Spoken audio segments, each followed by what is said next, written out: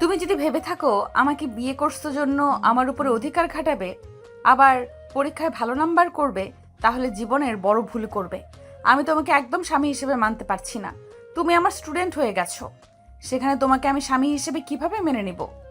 আমাকে কি আপনার বাচ্চা লাগে নাকি? আর আমি অলরেডি ভালো স্টুডেন্ট, আমার কারো সাহায্য লাগে না। আমি নিজের যোগ্যতায় A+ পেয়েছি, বুঝতে পারছেন? আর আপনাকে কে বলছে আমাকে স্বামী হিসেবে মেনে নিতে? সরেন, ঘুমাবো, ঘুমাতে দেন। আয়ান কথাটা বলে নদীর শাড়ির আঁচল সরিয়ে দিয়ে শুয়ে পড়ল। নদী আয়নের দিকে তাকিয়ে ফুঁসতে লাগলো। নদী মুখ ভেঙচি দিয়ে ঘুরে শুয়ে পড়ল। আয়ান নদীর দিকে ঘুরে নদীর পিঠের দিকে তাকিয়ে ভাবতে লাগলো। পোকা নিয়ে এসে পিঠের ভিতরে ছেড়ে দিলে কেমন হবে? খুব দেমাগ দেখায় বেআইন করতে। বেশি ভাব নিলে ভাব ভেঙে দিব। এতদিন আপুর জন্য কিছু বলি নাই, এখন কিছু বললে খবর আছে। ওয়েট, আরামে ঘুমানো বের করছি। আয়ন ইচ্ছে করে নদীকে পিছন থেকে জড়িয়ে ধরল। নদী চমকে উঠল সামনের দিকে ঘুরতে। আয়ান নদীর বুকে মাথা দিয়ে ঘুমানোর ভান করতে লাগলো। নদী আয়ানকে সরিয়ে দেওয়ার চেষ্টা করতে লাগলো। আয়ান একটু নড়ে আরও শক্ত করে জড়িয়ে ধরল। নদী রেগে বলল, তুমি কি জেগে আছো নাকি? ইচ্ছে করে আমাকে জড়িয়ে ধরছো নাকি? আয়ান, ছাড়ো বলছি। আয়ান কিছু না বলে চুপচাপ ঘুমানোর ভান করতে করতে ঘুমিয়ে গেল। নদী ভাবতে লাগলো। ঘুমিয়ে মনে হয় গেছে। উফ। নদী আয়নকে আর না সরিয়ে দিয়ে ওর হাতের উপরে হাত রেখে ঘুমিয়ে গেল।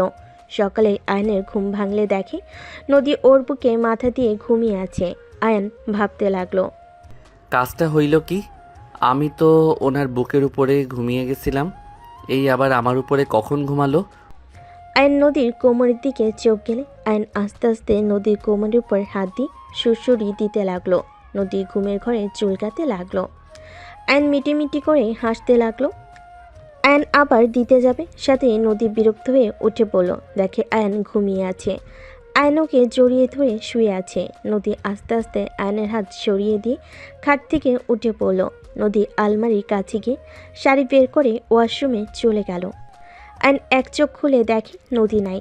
আয়ন লাফ দিয়ে উঠে ভাবতে লাগলো, উফ, ওই বেডা বিয়ে করে নিয়ে যাওয়া বাদ দিয়ে গার্লফ্রেন্ড নিয়ে পালাইলো, আর ওর হবু বউ আমার কপালে চলে আসলো। কচু, যদি কোনো দিন সামনে পাই লাথি মারবো পিছনে, বজ্জাত পোলা। আয়ান কথাগুলো ভাবছিল। তখনই ফ্রেশ হয়ে নদী ওয়াশরুম থেকে বের হয়ে দেখে আয়ন কিছু নিয়ে ভাবছে। আয়ানকে দেখে নদী বলে ওঠে। ওই কি ভাবো এত? নদীর কণ্ঠ শুনে আয়ন পিছনে তাকিয়ে বলে, কিছু না। আয়ন কথাটা বলে উঠে আলমারি থেকে শার্ট প্যান্ট বের করে নদীর মাথা থেকে তোয়ালে খুলে নিলে। নদী রাগী লুক নিয়ে তাকিয়ে কিছু বলবে, সাথে সাথে আয়ন ঠোঁটে কিস করে দিয়ে বলে, জামাই কোনো কিছু নিলে রাগ করতে হয় না। তোমাকে তো আমি। কিস করবেন নাকি? নদী থাপ্পড় মারতে যাবে, সাথে সাথে নদীর হাত ধরে আরেক হাত দিয়ে কোমর চেপে ধরে টান দিয়ে কাছে নিয়ে এসে দুহাত পিছনে ধরে বলে, এত রাগ ভালো না বউ, তুমি যে হট, তোমাকে তো খালি আদর করতে ইচ্ছে করছে। এতদিন তো বড় হাপু হিসেবে দেখছি, তাই কখনো সেইভাবে তোমার দিকে তাকাই নাই। এখন তোমাকে দেখে আমি পুরো ফিদা হয়ে গেছি। ভেজা চুলে তোমাকে অসাধারণ লাগছে। তোমাকে দেখে নেশা লেগে যাচ্ছে। আয়নের কথা শুনে নদী ধাক্কা দিলে আয়ন সাথে সাথে দেওয়ালের সাথে ঠেকে গেল। নদীর দিকে হাসি দিয়ে কিছু বলার আগেই নদী বলে উঠল, ছি, তোকে ভদ্র নম্র ভেবে এসেছি। এতদিন তোকে নিয়ে কত প্রশংসা করছি সবার কাছে, আর তুই সবার সামনে নিজেকে যেভাবে প্রেজেন্ট করস, আসলে তো তুই তেমন না। কতটা নোংরা তুই! তোর জায়গায় আমি থাকলে আমি তো কখনোই এভাবে কথা বলতাম না। কথা বলা তো দূর, তাকাতামও না। আমি তোর কলেজের ম্যাম, তোর উচিত আমাকে সম্মান করা। আমাকে দেখলে তোর লজ্জা পাওয়া উচিত। আর আমাকে তুই বলস আমি হট? নদীর কথা শুনে আয়ন নদীর হাত ধরে টান দিয়ে নিজের সাথে জড়িয়ে নিয়ে বলে, মাই ডিয়ার ম্যাম, ভুলে যাচ্ছেন আপনি আমার স্ত্রী। আমি মেয়ে না যে শরম পাবো। আমার বউকে আমি যা ইচ্ছে বলবো, এইটা আমার ব্যাপার। আপনি কলেজে ম্যাম, বাসায় আমার বউ, এটাই আপনার পরিচয়। ছাড় বলছি। আর তোর বউয়ের পরিচয় নিয়ে আমার থাকা লাগবে নাকি? ভুলে যাস না, এটা আমার বাপের বাড়ি। তোকে এখানে আমার বাবা আশ্রয় দিয়েছে বলে থাকতে পারতেছিস। এখন আমার শ্বশুর বাড়ি, আমি এখন নিশ্চিন্তে থাকব। আগে ভাবতাম আমার ভাগ্য অনেক খারাপ, আমার বাবা মা নাই, আমার বোন আমাকে বড় করছে, অনেক কষ্ট অভাবে বড় হয়েছি, অনেক অভিযোগ ছিল, এখন আর নাই। আপনার মতো হট একটা বউ পাইছি, সাথে বড়লোক শ্বশুর বাড়ি। আয়নের কথা শুনে নদী রাগ কন্ট্রোল করতে না পেরে আয়নের মুখে থুতু দিয়ে বলে, তোর বোন কত ভালো, আর তুই মানুষের বাচ্চা হতে পারস না। তোর বোন সহজ সরল, আর তুই হইছস শিয়ানা। অতি উড়া উড়িস না। যদি আমার ফ্যামিলির কেউ বুঝতে পারে তুই আমাকে বিয়ে করছস আমাদের সম্পদের জন্য, আর আমি যদি অভিযোগ করি তুই আমার সাথে বাজে ব্যবহার করস, তুই সবার সামনে যত ভদ্র দেখাস ততটা ভদ্র তুই না, তাহলে তোকে তোর বোনকে ঘাট ধাক্কা দিয়ে বের করে দিবে। আয়ন নদীকে ছেড়ে দিয়ে ওর শাড়ির আঁচল নিয়ে মুখে লাগা থুতুগুলো মুছতে মুছতে বলতে লাগলো, আমি একবারও বলি নাই তোমাদের সম্পদের জন্য তোমাকে বিয়ে করছি। তোমাদের সম্পদে আমি থুতু দেই। আমার পড়াশোনা শেষ হইলে আমি তোমাদের সব ঋণ শোধ করে দিব। নিজে ভালো চাকরি নিয়ে তোমাকে ভাড়া বাসায় থাকবো। আস্তে আস্তে টাকা জমিয়ে নিজস্ব বাড়ি করব। আয়ন কথাগুলো বলে ওয়াশরুমে চলে গেল। আয়ন গোসল করে জামা কাপড় পরে নিল। ওয়াশরুম থেকে বের হয়ে রেডি হয়ে নিচে চলে গেল। সবাইকে সালাম দিল। আয়নের সালামের উত্তর নিল সবাই। নদীর ছোট বোন তুলি বলে উঠল, আরে বেয়াই, আপনাকে তো দেখি আজকে বেশি কিউট আর হ্যান্ডসাম লাগছে। তুলির কথা শুনে নদীর ভাবি রূপা বলে ওঠে, আরে লাগবে না আবার, আমার ননদের আদর পেয়ে সুন্দর হয়ে যাচ্ছে। রূপার কথাগুলো শুনে সবাই হাসতে লাগলো। আয়ন লজ্জায় মাথা পিছনে দিয়ে বলতে লাগলো, না মানে, আচ্ছা ভাবি আপু কোথায়? আয়ান, আপু আমি কি আজকে কলেজে যেতে পারবো নাকি কোনো কাজ আছে? আরে ভাই, নতুন বিয়ে করছো, বউকে সময় দাও, কলেজে গিয়ে কি হবে? হ্যাঁ ভাবি বাজে কথা বলেন না। আমি আয়ানকে কখনোই স্বামী হিসেবে মানব না। আমি সবাইকে বলে রাখলাম, আয়ানকে কোনোদিন স্বামী হিসেবে মানব না। তাই আমার সাথে জড়িয়ে ওর বিষয়ে কোনো কথা কেউ বলবে না। নদীর কথা শুনে নদীর আব্বু আম্মু কিছু বলবে তার আগে নদী বের হয়ে গেল। নদীর আম্মু রেগে বলে, দেখলে তোমার মেয়ের কি দেমাক, ওকে যে আয়ান বিয়ে করেছে তাই কথা না, আর সেখানে কত বড় কথা বলল। আয়ানকে স্বামী হিসাবে কখনোই মেনে নিবে না। আর কেউ কিছু বলবে তার আগেই আয়ন নদীর আম্মুর দু কাঁধে হাত দিয়ে ধরে বলে, উফ আন্টি রাগ করেন না, আপনার মেয়েকে পটানোর দায়িত্ব আমার। এমনভাবে পটাবো দেখবেন তখন নিজের মুখে আমাকে স্বামী হিসেবে পরিচয় দিবে। আয়ান, নদীর সাথে পাকনামি যেন করতে যাস না। ওর মাথা ঠান্ডা হলে সব ঠিক হয়ে যাবে। তুই ছোট, তোর সাথে বিয়ে দিয়েছি তাই রাগ করেছে। এখানে যে কেউ রাগ করবে। বৌমা, তুমি সবসময় নদীর হয়ে কথা বলবে না তো? তোমাদের দুজনের আদর পেয়ে পেয়ে এত বড় কথা বলার সাহস পেল। আম্মু ক্ষমা করবেন, আমার কথা যদি কষ্ট পান। আম্মু, নদীর জায়গায় যে কেউ থাকলে রাগ করতো। আপনারা হঠাৎ করে আয়ানের সাথে বিয়ে দিলেন, বিষয়টা নদী মেনে নিতে পারছে না, তাইও রেগে আছে। কেন, তোমার ভাই কি ভালো ছেলে না? ওই কি খারাপ ছেলে নাকি যে তোমার ননদ এত বড় কথা বলবে? আম্মু, নদীকে কিছু সময় দেন, আর যত বলুক, স্বামী স্ত্রীর সম্পর্ক পবিত্র থাকতে থাকতে এমনিতেই ভালোবাসা তৈরি হয়ে যাবে। এখন ওই ছোট, আর আয়ানও তো নদীকে বড় আপু বলে ডাকতো। আয়ানকেও নদী তো ছোট ভাইয়ের মতো দেখতো। সেখানে হুট করে স্বামী হয়ে গেলে বিষয়টা লজ্জাজনক ব্যাপার। আমি কিছু বলবো না, তোমরা যা ইচ্ছে করো। নদীর আম্মু রাগ করে চলে যেতে নিবে। আয়ন দৌড়ে নদীর আম্মুর রুমে চলে গেল। নদীর আম্মু খাটের উপর বসলে আয়ন হাঁটু গেড়ে বসে হাত ধরে বলে, আন্টি আপনি এমনভাবে থাকলে কিন্তু আমার ভালো লাগে না। আপনি এইসব নিয়ে চিন্তা করবেন না তো, আমি ওনার মনে জায়গা করে নিবই, আর যা করা লাগবে আমি সব করব। আর সত্যি বলতে আমারও প্রথমে অনেক লজ্জা লাগছিল। ছেলে মেয়ের ভালো করতে গেলে আমরা বাবা মা খারাপ হয়ে যায়। আন্টি এইটা কি বলেন? ভাইয়া আপুরা আর উনিও আপনাদের দুইজনকে অনেক ভালোবাসে।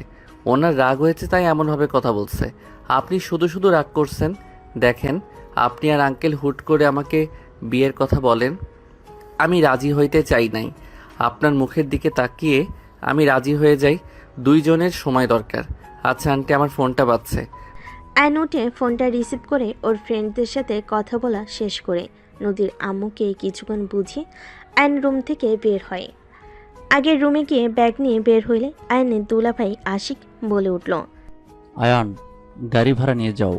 ভাইয়া ভাড়া আছে, ওনার বিয়েতে তো অনেক টাকা উঠছে, ওইগুলো আছে।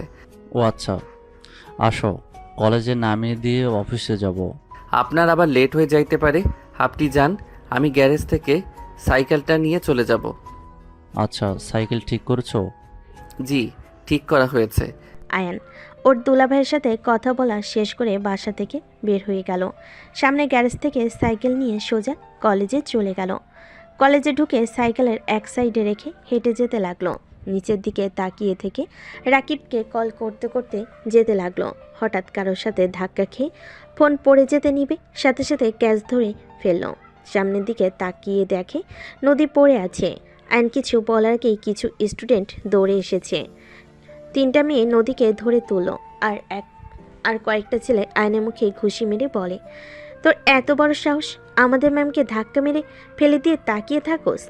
আয়নকে আরেকটা মারতে যাবে, সাথে সাথেই নদী বলে, এই ওকে ছাড়ো, ওই বুঝতে পারে নাই আমি তাড়াতাড়ি করে যেতে নিয়ে ধাক্কা লাগছে, যাও তোমরা। নদীর কথা শুনে ছেলেগুলো আয়নকে ছেড়ে দিয়ে চলে গেল। আয়ন ঠোঁটের কাছে হাত দিলে দেখে রক্ত বের হচ্ছে। আয়ন কিছু না বলে রক্ত মুছতে লাগলো। হঠাৎ করে কয়েকজন এসে নদীকে সালাম দিয়ে আয়নকে পিছন থেকে জড়িয়ে ধরে আয়নের ঠোঁটে রক্ত দেখে অবাক হয়ে বলে ওঠে, দোষ, তোর মুখে রক্ত? কিছু না, চলো ক্লাসে। আর কখন থেকে কল দিচ্ছি, ধরস না কেন? আয়নর বন্ধুদের সাথে মিলে ক্লাসে ঢুকে পড়ল। নদীও আয়নের ক্লাসে চলে গেল। নদীকে দেখে সবাই দাঁড়িয়ে সালাম দিল। নদী ক্লাসের ভিতরে এসে সবাইকে নিজের পরিচয় দিয়ে সবার থেকে পরিচয় নিতে লাগলো। আয়নের কাছে গেলে আয়ান দাঁড়িয়ে বলে, আমার নাম আয়ান। নাইস নেম, বসো। নদী ক্লাস শুরু করতে লাগলো। আয়ন নদীকে মুগ্ধ নয়নে তাকিয়ে থেকে দেখতে লাগলো। নদী মাঝে মাঝে আয়নের দিকে তাকালে আয়নের চোখে চোখ পড়তেই নদী চোখ সরিয়ে নিয়ে ক্লাস করতে লাগলো। নদী ক্লাস শেষ হলে চলে গেল। রাকিব বলে ওঠে, আয়নর বন্ধুদের নিয়ে ক্লাস থেকে বের হয়ে মাঠের ভিতরে গিয়ে ফুচকাওয়ালা মামার কাছে গিয়ে ফুচকা অর্ডার দিয়ে সবাই বসে থেকে আড্ডা দিতে লাগলো। সবার সাথে ফুচকা খাওয়া শেষ করে সবাই মিলে ক্লাসে চলে গেল। ম্যাম যেমন দেখতে তেমন পড়ানোর সিস্টেমটাই অসাধারণ। আচ্ছা বাহিরে চলো, তোদের ট্রিট দিব। আর বলিস কি, তুই আমাদের ট্রিট দিবি? হ্যাঁ চল, বেআইনের বিয়েতে টাকা পাইছি, ওইগুলো দিয়ে খাওয়াবো তোদের। বাহ বাহ, চল। 1:30-এ কলেজ ছুটি হইলে আয়নর বন্ধুদের সাথে বের হয়ে গেল। 3টার দিকে বাসায় আসলে আয়নের মুখে কাটা দেখে আতিয়া বলে ওঠে, আয়ান, কি হয়েছে? তোর ঠোঁটের কাছে কাটা কেন? কিছু না আপু। কয়েকটা ছেলের ঘুষি খেয়েছে ভাবি।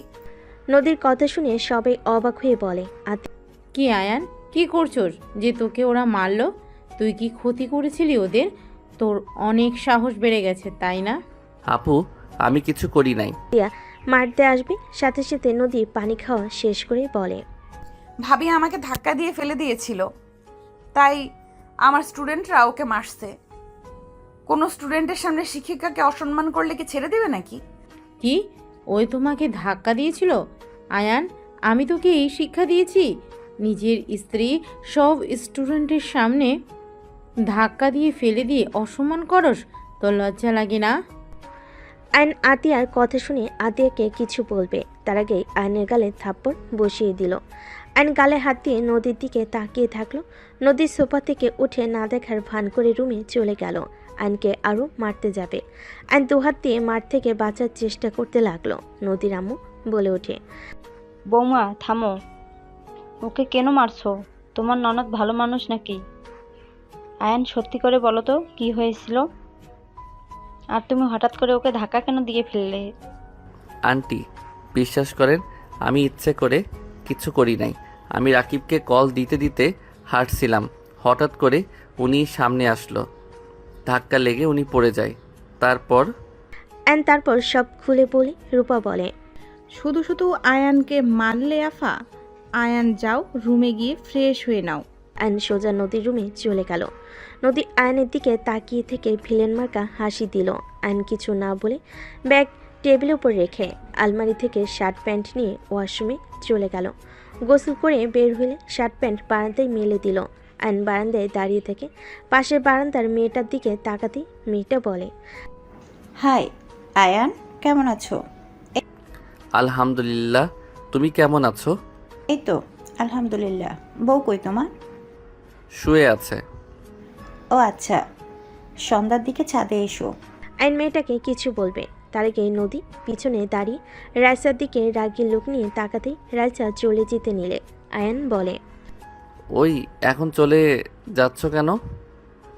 আমার কথা তো শুনে যাবে নাকি? পরে শুনবো। কথাটা বলে চলে গেল। নদী খাটের কাছে চলে গেল। আয়ন কিছুক্ষণ সামনের দিকে তাকিয়ে থেকে রুমের দিকে তাকিয়ে দেখে নদী খাটের উপর পা ঝুলিয়ে বসে আছে। আয়ন রুমে গিয়ে নদীর পাশে বসে আস্তে করে চুলের খোপাটা খুলে দিলে নদী রাগী লোক নিয়ে তাকাতে আয়ন সাথে সাথে অন্যদিকে তাকিয়ে থেকে বলতে লাগলো, কাউকে চুল ছেড়ে দিয়ে থাকলে বেশি সুন্দর লাগে, বাতাসে উড়লে আরও সুন্দর লাগে। আমার মাথার চুল ছেড়ে দিতে বলছি তোমাকে। কই না তো। তাহলে খুললে কেন? দেখতে মন চাইলো তাই। আচ্ছা শুনো, তুমি কি তখন ব্যথা পেয়েছিলে? মানুষ জন্য কিছু বলি নাই। ব্যথা পাইলে কি আর না পাইলেই কি? পাইছো নাকি সেইটা বলো। পাইছি, কি করবি? কোথায় দেখি? কোমরে আর হাতে একটু পেয়েছি। কানার মতো করে হাঁটো। আয়ন নদীর হাত নিয়ে দেখতে লাগলো। আয়নের কাছ থেকে হাত নিয়ে বলে, ছাড়ো। দেখি হাতটা কোথায় পাইছো, দেখা তো যাচ্ছে না। ছাড়ো বলছি। তোমার দেখতে হবে না। দেখাবে নাকি জোর করে কিস করব? বেয়াদব, এখানে ব্যথা পাইছি কি করবি? হ্যাঁ, নদীর কথা শুনে আয়ন দুষ্টামির হাসি দিয়ে বলে, আমি তো ব্যথার জায়গায় কিস করতে চাইলাম, তাহলে কিস করি। আয়ন নদীর বুকের দিকে যেতে যাবে আয়নের মুখ ধরে বলতে লাগলো, আমি রেগে বলছি, একদম কাছে আসবে না, মারবো কিন্তু। রেগে বসে কেউ রোমান্স করার জন্য বুকের দিকে দেখায় নাকি? নিশ্চয়ই তোমার আমার ভালোবাসা পেতে ইচ্ছা করছে, এত লজ্জা পাও না? নদী আয়নের মাথা সরিয়ে দিয়ে লাফ দিয়ে উঠে দৌড়ে রুম থেকে বের হয়ে গেল। আয়ন খিলখিল করে হাসতে হাসতে খাটের উপরে গড়াগড়ি খেতে লাগলো। নদী পিছিয়ে এসে দরজার আড়াল থেকে আয়নের হাসি দেখে নিজের অজান্তে মুখে হাসি ফুটে উঠল। আয়নের ফোন বেজে উঠলে আয়ন কলটা রিসিভ করলো। আসসালামু আলাইকুম। কে? আমি। ও আমার নাম্বার কোথায় পেলেন? আয়ান, বাসায় ফিরে আয় বাবা, আর কত আমাদের শাস্তি দিবি? বাই। আয়ন কল কেটে দিল। আয়নের ফোন বাজতে লাগলো। আয়ন ফোন বন্ধ করে রেখে রুম থেকে বের হয়ে গেল। আয়ন নিচে গেলে তুলি বলে ওঠে, আয়ান, একটু বের হব, তুমি কি আমাকে নিয়ে যাবে? কোথায় যাবে? প্রতিদিন যেখানে যাই সেখানেই। ও আচ্ছা। প্রতিদিন তুই কোথায় যাস রে? ওনার ফ্রেন্ডদের সাথে আড্ডা দিতে যাই। ও তা তুলি, তুই একা যা, প্রতিদিন ওকে নেওয়ার কি দরকার? আয়ান গেলে বান্ধবীরা ফ্রিতে খাওয়াই। তুলি কথাটা বলে হাসতে লাগলো। সবাই ভুল কুচকে তাকায়। নদী বলে ওঠে, মানে কি? মানে আসলে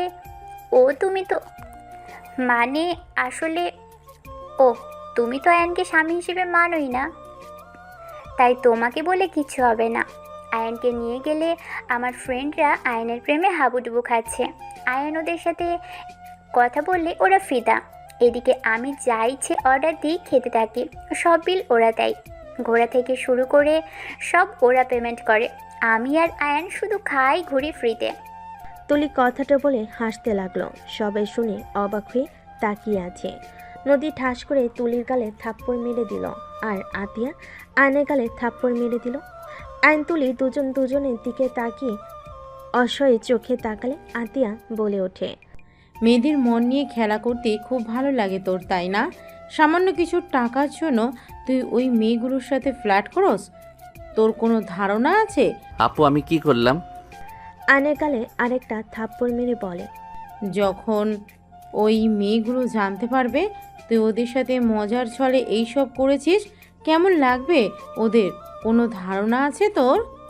তুলির কথা শুনে নদীর আম্মু অবাক হয়ে বলে, তুই কি করস? মানে তুই জানোস না নিজের রক্তের পরিচয় দিচ্ছিস নাকি? যদি রক্তের পরিচয় দেস তাহলে দরজা খোলা আছে, বের হয়ে যা। ভাবি এসব কি বলছেন? তুই চুপ কর। তুই এত খারাপ, তোকে কি আব্বু টাকা দেয় না? অন্যের টাকায় খাওয়া ঘোরার জন্য দুজন মিলে ওই মেয়েদের সাথে এমন করতে লজ্জা লাগে না? আয়ানকে বাদ দিলাম, ওই ছোট, তুই তো ওর বড়, আর একটা মেয়ে হয়ে এসব করতে লজ্জা করে না? আরে আজব তো, আমি এখানে কি করছি? ওদের আমি বারবার বুঝিয়েছি, দেখ আয়ান ছোট, এসব প্রেম প্রীতি বোঝে না, ওর পিছনে ঘুরে লাভ নেই।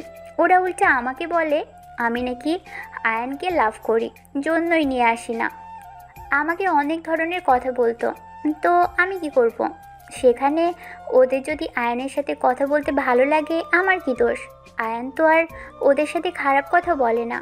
আয়ান কেমন জানি কথা বলে, ওরা মুগ্ধ হয়ে শুনে আর হাসে। ওদের দোষ আমাদের না, ওদের দোষ আমাদের না, আমরা বারবার কইছি তো। আর আমাকে বলেছিল আয়ানকে পটাবে, সেখান থেকে ওদের চ্যালেঞ্জ অনুযায়ী যাই 1 মাস হয়ে গেছে, আয়ানকে কেউ পটাতে পারেনি। আর এমনিতেও আয়ানেরও লাভ আছে, আমি তো দেখি ভাবি। বাহ ভাইয়া, ওকে আসা যাওয়ার যে ভাড়া ওইটা দেয়, ওই সাইকেলে নিয়ে যাওয়ার কারণে ওই টাকা থাকে, ওটা দিয়ে খাই। প্রতিদিনের 50 টাকা হাত খরচ দিয়ে চলে নাকি? কি? বাট আয়ানকে তো 200 টাকা করে দেওয়ার কথা। নদীর আব্বু তো বলে দিয়েছে। আর 150 টাকা কই যায়? আমার কাছে থাকে। আম্মু আমার দোষ নাই, আতিয়া 50 করে দিতে বলে, এর বেশি দিতে না করেছে। আর যখন ওর খুব দরকার হয় তখন যে টাকা জমা থাকে ওইখান থেকে নিয়ে দিয়ে দেয়। বৌমা, এইটা একটু বেশি করে ফেলছো না আয়নার সাথে? অ্যান আতিয়াকে কিছু বলার সুযোগ না দিয়ে উঠে দাঁড়িয়ে পড়ল। আপু, আমি আমার রক্ত পরিচয় দিচ্ছি, তুমি আমাকে এটা বলতে পারলে? ওকে ঠিক আছে, দরজা তো খোলা তাই না? চলে যাচ্ছি, তুমি থাকো। আজ থেকে আমার দায়িত্ব তোমাকে নিতে হবে না। ধন্যবাদ আমাকে 8 বছর লালন পালন করার জন্য। এই ঋণ আমি হয়তো শোধ করতে পারবো না, বাট ভাই হয়ে আমার কর্তব্য আমি পালন করার চেষ্টা করব। আয়ন চোখের পানি গড়িয়ে পড়তে আয়ন মুছে চলে যেতে লাগলো।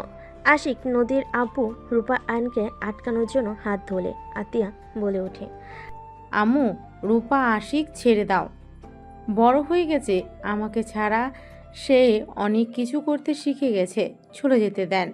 আর নদী ও আয়ানকে স্বামী হিসেবে মানে না, তাই কোনো চিন্তার বিষয় নেই যে ওই চলে গেছে নদী কষ্ট পাবে। বাহ, এইটা হবে। যা চলে।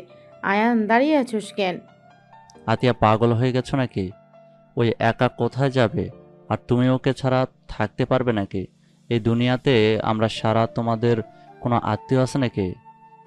কোথায় থাকবে ওই ভালো জানে, না হলে এত বছর কিছু না, আজ বলে বের হয়ে যাবে। বাহ, বড় হয়ে গেছে তো, যেতে দাও।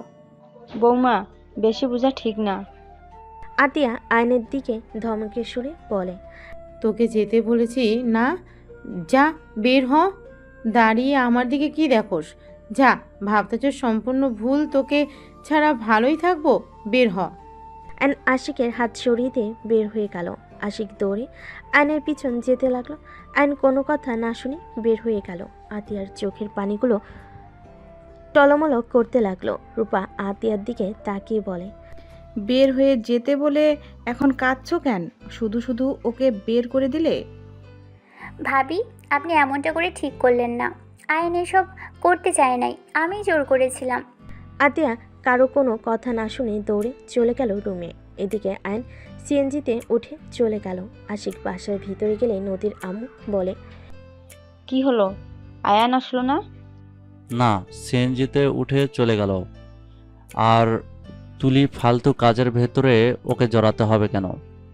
আমি কি জানতাম ভাবি এত রেগে যাবে? আর এখানে এত রেগে যাওয়ার তো কোনো কারণ আমি দেখি না। নদী থাপ্পড় মালে তুলি চুপ হয়ে গেল। নদী রুমে চলে গেল। তুলি কান্না করতে করতে রুমে চলে গেল। 5 দিন পর। আশিক, আয়ানকে কি খুঁজে পেয়েছো? ওর বন্ধুদের থেকে কোনো খবর পাইছো? 5 দিন পর আতিয়াকে এত উতলা দেখে সবাই অবাক হয়ে তাকালো। আশিক অবাক হয়ে বলল, আয়ানের খবর শুনে কি করবে? ওকে পাইলে কি আর না পাইলে কি? তুমি তো 5 দিন ওর নাম শুনতে চাইলে না। আজ আবার কি হলো যে ওর খোঁজ চাচ্ছ? আশিক, ওই আমার ভাই। আমি রাগ করেছিলাম। আমি রাগের বশে একটা কথা বলে দিয়েছি, তাই বলে ও বাসা থেকে বের হয়ে যাওয়ার কথা বলবে? আমি কি আমার ভাইকে শাসনও করতে পারবো না নাকি?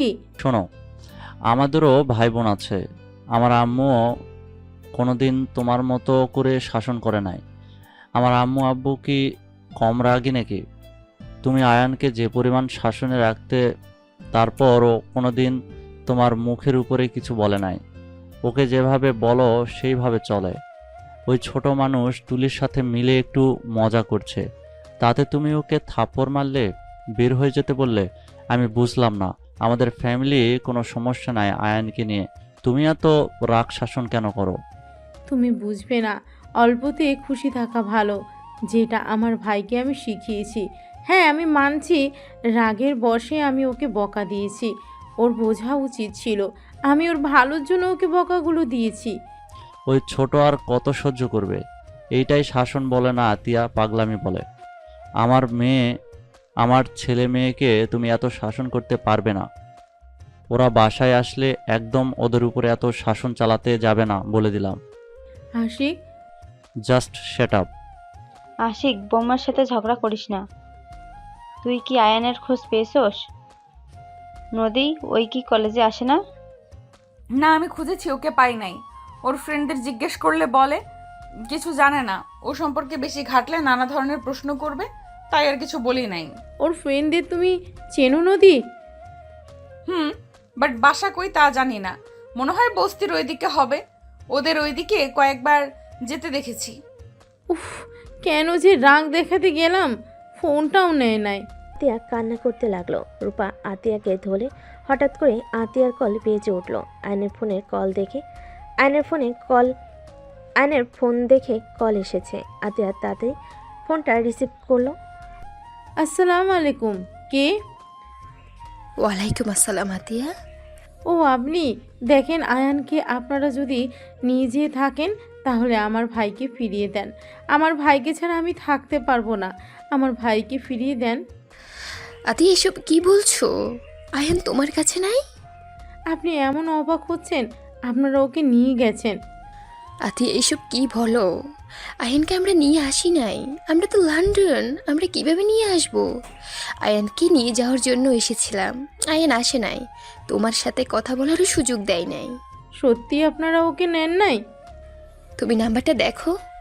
আতিয়া নাম্বারের দিকে তাকিয়ে দেখে বাহিরের দেশের নাম্বার। আতিয়া কান্না করতে করতে বলে, ওকে রাখছি। আয়ান কোথায়? ওর কি হয়েছে? তুমি ঠিক আছো আতিয়া? আয়ানের সাথে কিছু হয়েছে তোমার? আতিয়া, কথা বলো। আতিয়া ফুপিয়ে ফুপিয়ে কান্না করতে করতে বলে, জানি না, আমার উপরে রাগ করে বের হয়ে গেছে। আজ 5 দিন ওর কোনো খোঁজ খবর নেই। আতিয়ার কথা শুনে আয়নের আম্মু থমকে গেল। আয়নের আম্মু বলে, কি বলছো? আমি সেই দিন কথা বললাম, ওই আমার ফোন কেটে দিয়ে ফোন বন্ধ করে দিয়েছিল। ওর বন্ধুদের সাথে যোগাযোগ করো, আমি মানুষ লাগিয়ে দিচ্ছি, তুমি কান্না করো না। আপনার সাহায্য আমার লাগবে না। আমি আমার ভাইকে একা খুঁজে নিয়ে আসব। আর আপনি আমার ভাইকে কেন কল দেন? আপনাকে কতবার বলেছি আমার ভাই আমার সাথে যোগাযোগ রাখার চেষ্টা করবেন না। আতিয়া, কেন এমন করছো? আমাদের কি ক্ষমা করা যায় না? আজ 9 বছর হয়ে গেল তোমরা দুইজন আমাদের থেকে দূরে। আমরা তো তোমার বাবা মা, কেন এমন করছো? তোমার আব্বুর ভুলের জন্য শেষ তো শাস্তি পেয়েছে। চুপ করেন, আপনাদের কথা আমি শুনতে চাই না। আমার ভাইকে আমি ফিরিয়ে নিয়ে আসব। আমি আমার ভাইয়ের উপর আপনার হাজবেন্ডের আর আপনার বড় ছেলের ছোঁয়াও পড়তে দিব না। Just hate you. আয়নের আম্মুকে কিছু বলতে না দিয়ে কল কেটে দিয়ে রাগে বসে ফোন আচার দিয়ে ভেঙে ফেলল। আতিয়ার এমন রাগ দেখে সবাই চমকে গেল। আতিয়া ওর ফোন বের করে একজনকে কল দিয়ে বলল, আসসালামু আলাইকুম, আমি আতিয়া। ওয়ালাইকুম আসসালাম। চাচ্চু, তুমি কোথায়? আমি যেখানে থাকার সেখানে আছি। আপনি আমাকে সাহায্য করতে পারবেন? কি হয়েছে চাচ্চু, কান্না করছো কেন? আমি আয়ানের পিক আপনাকে দিচ্ছি। 2 ঘন্টার ভিতরে ওকে খুঁজে বের করে দিবেন। কি হয়েছে আয়নের? আমার সাথে ঝামেলা হয়েছিল, রাগ করে চলে গেছে। 5 দিন ধরে ওর কোনো খোঁজ পাচ্ছি না। আমার যতটা ধারণা ও এই এলাকায় আছে, ওর কাছে বেশি টাকা নাই যে বাইরে যাবে। ঠিক আছে, কান্না করো না, আমি দেখছি। আতিয়া কথাগুলো বলে ফোন কেটে দিল। আয়নের পিক পাঠিয়ে দিল। আতিয়া নিচ থেকে সিম ভেঙে ফেলল। আশিক বলে ওঠে, কাকে বললে যে 2 ঘন্টার ভেতর আয়ানকে বের করে দেবে? এইটা কিভাবে সম্ভব? আমরা 5 দিন ধরে খুঁজে যাচ্ছি, পাচ্ছি না। আর আয়ানের ফোনের সিম ভেঙে কেন ফেললে? এই সিম ফোনের কোনো দরকার নেই, আর যাকে বলেছি তার উপরে আমার বিশ্বাস আছে। আতিয়ার ফোন বেজে উঠলে আতিয়া কল রিসিভ করতেই আয়ান বলে ওঠে, আপু, ওরা আমাকে ধরে নিয়ে এসেছে। আপু আমাকে যেতে দিচ্ছে না। তুই বল আপু, বাসায় যেতে বলেছে। আয়ন কিছু বলার আগেই চাচ্চু ফোন রিসিভ করে বলে, আতিয়া, আয়ান আজকে আমাদের কাছে থাক। তোমার আম্মুরা কাজিনরা ওকে যেতে দিবে না। আয়নকে আসতে দেন, ওই পরে গিয়ে ঘুরে আসবে। তুমি এখানে আছো? ভাই, আতিয়া কল কেটে দিল। আয়নের ফোনগুলো সিম সব টুকরো টুকরো তুলে ডাস্টবিনে ফেলে দিয়ে রান্নাঘরে চলে গেল। নদীর আম্মু আশিককে বলল, বৌমা আমাদের থেকে মনে হয় কিছু লুকাচ্ছে। ওর কথা বলার ধরন চেঞ্জ হয়ে গেছে। 2 ঘন্টার ভিতরে একটা মানুষকে কিভাবে খুঁজে বের করবে? আমিও বুঝতে পারছি না, এমন সরল নরম কণ্ঠে মানুষ কিভাবে এভাবে কথা বলতে পারে। রাগের চটে ফোন ভেঙে ফেললো। সবাই টুকটাক কথা বলতে লাগলো। 3 ঘন্টা পর কলিং বেল বাজার শব্দ হলো। কাজের লোক দরজা খুলতে চলে গেল। আইন ভিতরে ঢুকলো। সবাই অবাক হয়ে গেল। আতিয়ার সামনে কাপা কাপা কণ্ঠে বলল, আই এম সরি। লাস্টে 37 কার নাম্বার? আয়ান থমকে গেল। আয়ন ভয় ঢোক গিলে বলে, না মানে? আয়নের গালে সজোরে থাপ্পড় মেরে কলার ধরে বলে, না মানে কি? লাস্টে 37 কার? উত্তর দে আমাকে। আপু, আই এম সরি। আয়ন আতিয়াকে জোর করে জড়িয়ে ধরে কান্না করতে করতে বলে, আপু, আমাকে ক্ষমা করে দাও। বিশ্বাস করো, আমি তোমাকে ছাড়া কোথাও যাব না। উনি আমাকে কল দেয়, আমি ব্লগ দিতে গিয়েও পারি না। আমার ওনার কণ্ঠ শুনতে ভালো লাগে। ছাড় আমাকে, তাহলে চলে যা। তোকে কে থাকতে বলেছে এখানে? চলে যা। আমি তো খারাপ বোন, তোকে কোনো স্বাধীনতা দেই না। আমি সব সময় শাসনে রাখি। চলে যা তুই। আপু, আই এম সরি। প্লিজ আমাকে ক্ষমা করে দাও। আমার ভুল হয়ে গেছে। আমি আর ওনার ফোন রিসিভ করব না। উনি বারবার আমাকে কল করে। আমি কতবার বলছি আমাকে কল দিবেন না। আমি ফোন বন্ধ করে রাখি। ফোন চালু করলে ওনার 1000টা কল আসে। আমাকে আগে কেন বলস নাই? আমার থেকে আর কি কি লুকাচ্ছিস তুই? আর তুই এই 5 দিন কোথায় ছিলি? আপু, আমি একটা জব দিয়েছি। ওইখানে থাকা খাওয়া সব ফ্রি। মাসে 10,000 টাকা দিবে। তোকে জব নিতে কে বলেছে? আপু, আমি তো বড় হয়েছি, এখন আমার স্ত্রীও আছে। বউকে কিছু কিনে দিতে গেলে সেই তোমার থেকে চাইতে হবে বা দুলাভাইয়ের থেকে। আমার এইটা মোটেও ভালো লাগবে না। নিজে সবার ঘাড়ে বসে খাচ্ছি, আবার বউকে কিছু দিতে গিয়ে তাদের থেকে যদি নিতে হয়। ওই, তোকে আমি বলছি আমাকে কিছু গিফট করতে? ওই তোর বয়স কত? এত পাকনামি তোকে কে করতে বলছে? ফাজলামি করস তুই, তাই না? সবাইকে টেনশনে ফেলে ফাজলামি করস। আতিয়াকে আয়ন ছেড়ে দিয়ে নদীর দিকে তাকালে আয়ন বলে, আই এম সরি। আমাকে প্লিজ সবাই ক্ষমা করে দেন। আমি কাউকে চিন্তায় ফেলতে চাই নাই। আপু আমাকে সেই দিন এমন কিছু বলছিল, আমি বিষয়টা মেনে নিতে পারছিলাম না। এই কি এমন বলছে তোকে? তোর বোন তো তোকে মাঝে মাঝে রেগে বাড়ি থেকে বের হয়ে যেতে পারে। সেখানে এতদিন যাস নাই, সেদিন কেন গেলি? বের হওয়ার ব্যাপারে আমার খারাপ লাগে নাই। আমার খারাপ লাগছে আপু আমাকে রক্তের পরিচয় দেওয়ার কথা শুনে। আমি কি এমন করছিলাম? আমি তো জাস্ট ওই মেয়েদের সাথে কথা বলতাম মজা করে। এর থেকে তো আমি কোনো বাজে কথা ভিতরে বা তাদের দিকে বাজেভাবে তাকাইও নাই। রুমে যা, আমার রাগ আরও বাড়ছে কিন্তু তোর উপরে। যাচ্ছি। আর একটা কথা বলার আছে। কি কথা? আপু, সাথী মেয়েটা আমার পিছনে লাগছে। সাথীকে? যে আমাকে ধরে নিয়ে গেছিল, ওনার ছোট মেয়ে, আমাদের পাশে কলেজে নাকি পড়ে। ও, তুই এড়িয়ে যাবি? আর তুই বিয়ে করছিস এটা কাউকে জানানোর দরকার নেই। আপু, না জানালে ওরা বিয়ে কথা বলছে। আমার পড়াশোনা শেষ হইলে অনুষ্ঠান করবে। আর ইন্টার পরীক্ষা দেওয়ার পরে আমাদের নাকি বিয়ে পড়িয়ে রাখবে।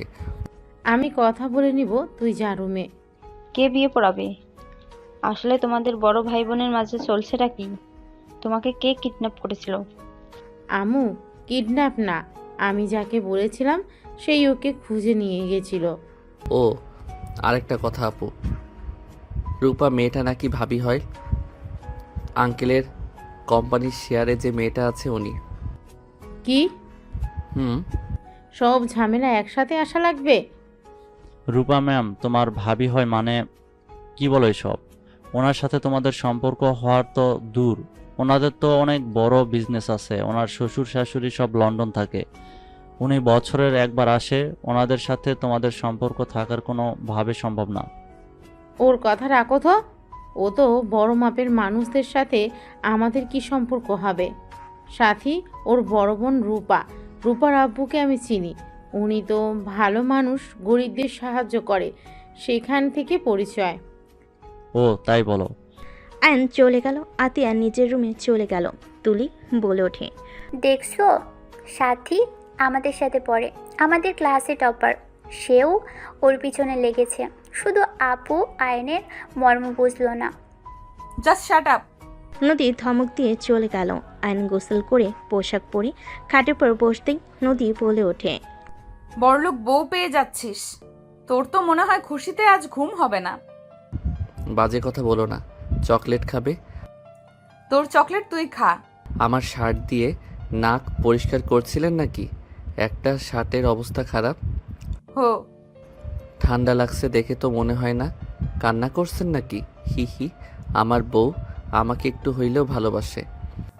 চুপ কর, কে তোকে ভালোবাসে? হ্যাঁ, আয়নের সামনেই আঙ্গুল তুলে কথাগুলো বলতেই আয়ন সাথে সাথে নদীর হাত ধরে টান দিয়ে কোলে বসিয়ে দিয়ে পিছন থেকে জড়িয়ে ধরে ঘাট থেকে চুল সরিয়ে কিস করলে নদী কেঁপে উঠল। নদী নিজেকে ছাড়ানোর চেষ্টা করতে লাগলো। আয়ন নদীর পেটে হাত দিয়ে নিজের সাথে চেপে ধরে বলল, ভালোবাসো মুখে বললে কি সমস্যা? হ্যাঁ, আমি তোকে ভালোবাসি না, ছাড় বলছি। আয়ন নদীকে টান দিয়ে খাটের উপর ফেলে দিয়ে দুই হাত খাটের সাথে চেপে ধরে মুখের কাছে নিয়ে যেতে নিলে নদী নিজেকে ছাড়ানোর চেষ্টা করতে লাগলো। আয়নের নিঃশ্বাস যত মুখের উপর পড়তেছে নদী কেঁপে উঠতে লাগলো।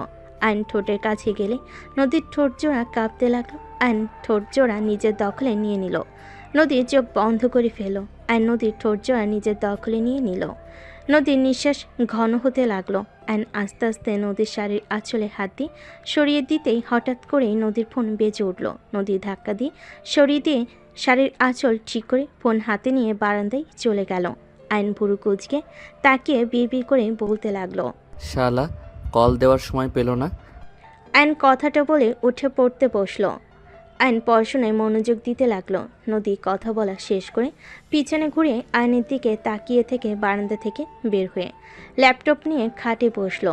আয়নের ফোনের কথা মনে পড়তেই আয়ন পিছনের দিকে ঘুরে তাকিয়ে বলল, বউ, আপু কি আমার ফোনটা নিয়ে নিয়েছে? ভেঙে ফেলছে, ফোন সিম দুইটাই। নদীর কথা শুনে আয়নের মন খারাপ হয়ে গেল। আয়ন আর কিছু না বলে চুপচাপ পড়তে বসলো। নদী আয়নকে দেখে বলল, এই সত্যি করে বলো তো, তোমরা ভাই বোন আমাদের থেকে কি কিছু লুকাচ্ছ নাকি? কি লুকাবো? আমার মনে হয় কিছু লুকাচ্ছ। লুকাচ্ছি। আপনাকে লাভ করি, আপনি বোঝেন না। ফালতু। নদী আর কিছু না বলে কাজ করতে লাগলো। আয়ন পরে মনোযোগ দিতে লাগলো। রাতে সবাই খেতে গেল। আয়ন খাবার খেতেই নদীর পাশে বসলো। আতিয়া সবাইকে খাবার দিতে লাগলো। আয়নকে খাবার দিলে আয়ন নিচের দিকে মাথা দিয়ে চুপচাপ খেতে লাগলো। হঠাৎ করে আতিয়ার দিকে তাকালে আতিয়া বলে ওঠে, কিছু বলবি নাকি? না। তাহলে বারবার তাকাচ্ছিস কেন? আয়ন কিছু না বলে খেতে লাগলো। আয়ন আতিয়ার দিকে তাকিয়ে বলে, আপু আমার খেতে ইচ্ছে করছে না।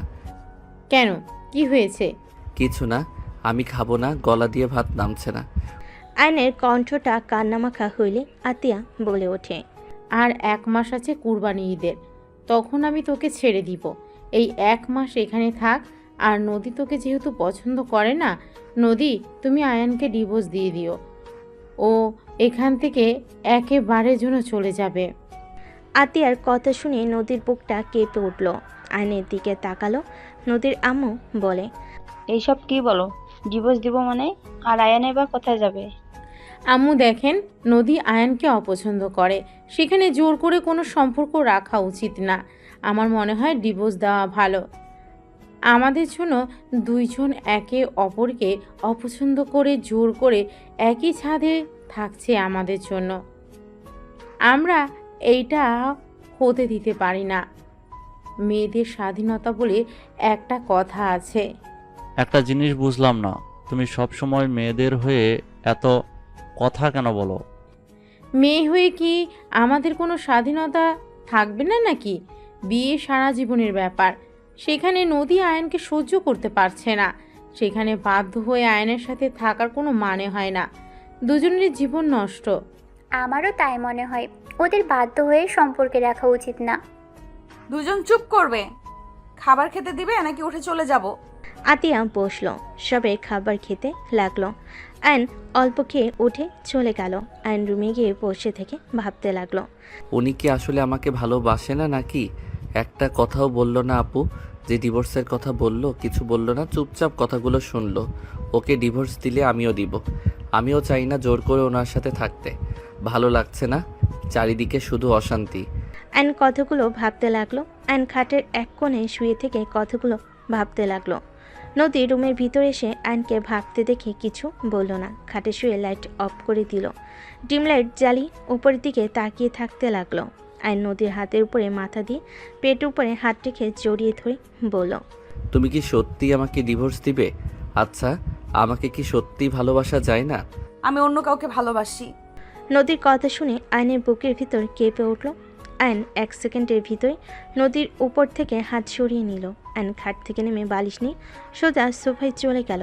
নদীর চোখের পানিগুলো গড়িয়ে পড়ল। নদী মনে মনে ভাবতে লাগলো, এই তোমার ভালোবাসা আয়ান? অন্য কাউকে ভালোবাসি শুনে আমার পাশের জায়গাটা ছেড়ে দিলে? নিজের স্ত্রীকে নিজের করে রাখার বয়স তোমার হয় নাই। কিভাবে নিজের জায়গায় ধরে রাখতে হয় সেটা তুমি জানো না আয়ান। নদী কথাগুলো ভাবতে ভাবতে চোখের পানি ফেলতে ফেলতে ঘুমিয়ে গেল। আয়ন এপাশ ওপাশ হতে লাগলো। আয়ন ভাবতে লাগলো, আমাকে ভালো না বাসলে আমি ছিলাম না দেখে আমার শার্ট জড়িয়ে কেন কান্না করছে? আর সত্যি কান্না করছে নাকি আমার ভুল ধারণা? আমি কাছে গেলাম, আমাকে শুধু মুখে বলল সরে যেতে। কই প্রথমের মতো তো জোর করে সরিয়ে দেওয়ার চেষ্টা তো করলো না। উফ, মেয়ে মানুষকে বোঝা বড্ড কঠিন।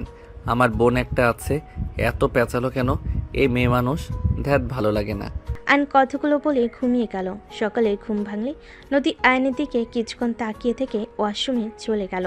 আয়নের ঘুম ভাঙলে খাটের দিকে তাকিয়ে দেখে নদী নাই। আয়ন উঠে ওয়াশরুমের দিকে তাকিয়ে বুঝল ওয়াশরুমে গেছে। আয়ন উঠে বারান্দায় চলে গেল। বারান্দার গ্রিল ধরে দাঁড়িয়ে থাকতে লাগলো। হঠাৎ করে সামনে থেকে রাইসা বলে উঠল, গুড মর্নিং আয়ান, কেমন আছো? Good morning. আলহামদুলিল্লাহ ভালো, তুমি কেমন আছো? আলহামদুলিল্লাহ। কাকির থেকে শুনলাম তুমি নাকি রাগ করে বের হয়ে গেছিলে। ওই আর কি। আর এমন করবে না, তুমি তো জানো ভাবি তোমাকে কত ভালোবাসে। যাই হোক, তোমার বাসার সবাই কেমন আছে? আলহামদুলিল্লাহ। তা বাসায় আসো, ঘুরে যাও। আম্মু আব্বু তোমার কথা জিজ্ঞেস করে। ছেলেটা কোথায়, রাগ করে গেল? যাবো এক সময়, কলেজে যেতে হবে। ওকে যাও। রাইসা চলে গেলে আয়ন পিছনে ঘুরে তাকালে দেখে নদী তাকিয়ে আছে। আয়ন কিছু না বলে নিচের দিকে তাকিয়ে আলমারির কাছে গিয়ে শার্ট প্যান্ট নিয়ে ওয়াশরুমে চলে গেল। ফ্রেশ হয়ে পোশাক চেঞ্জ করে আয়ন বের হইল। ব্যাগ কাঁধে নিয়ে নিচে চলে গেল। আয়ন একজনকে দেখে অবাক হয়ে গেল। আয়ন বলে উঠল, খালা।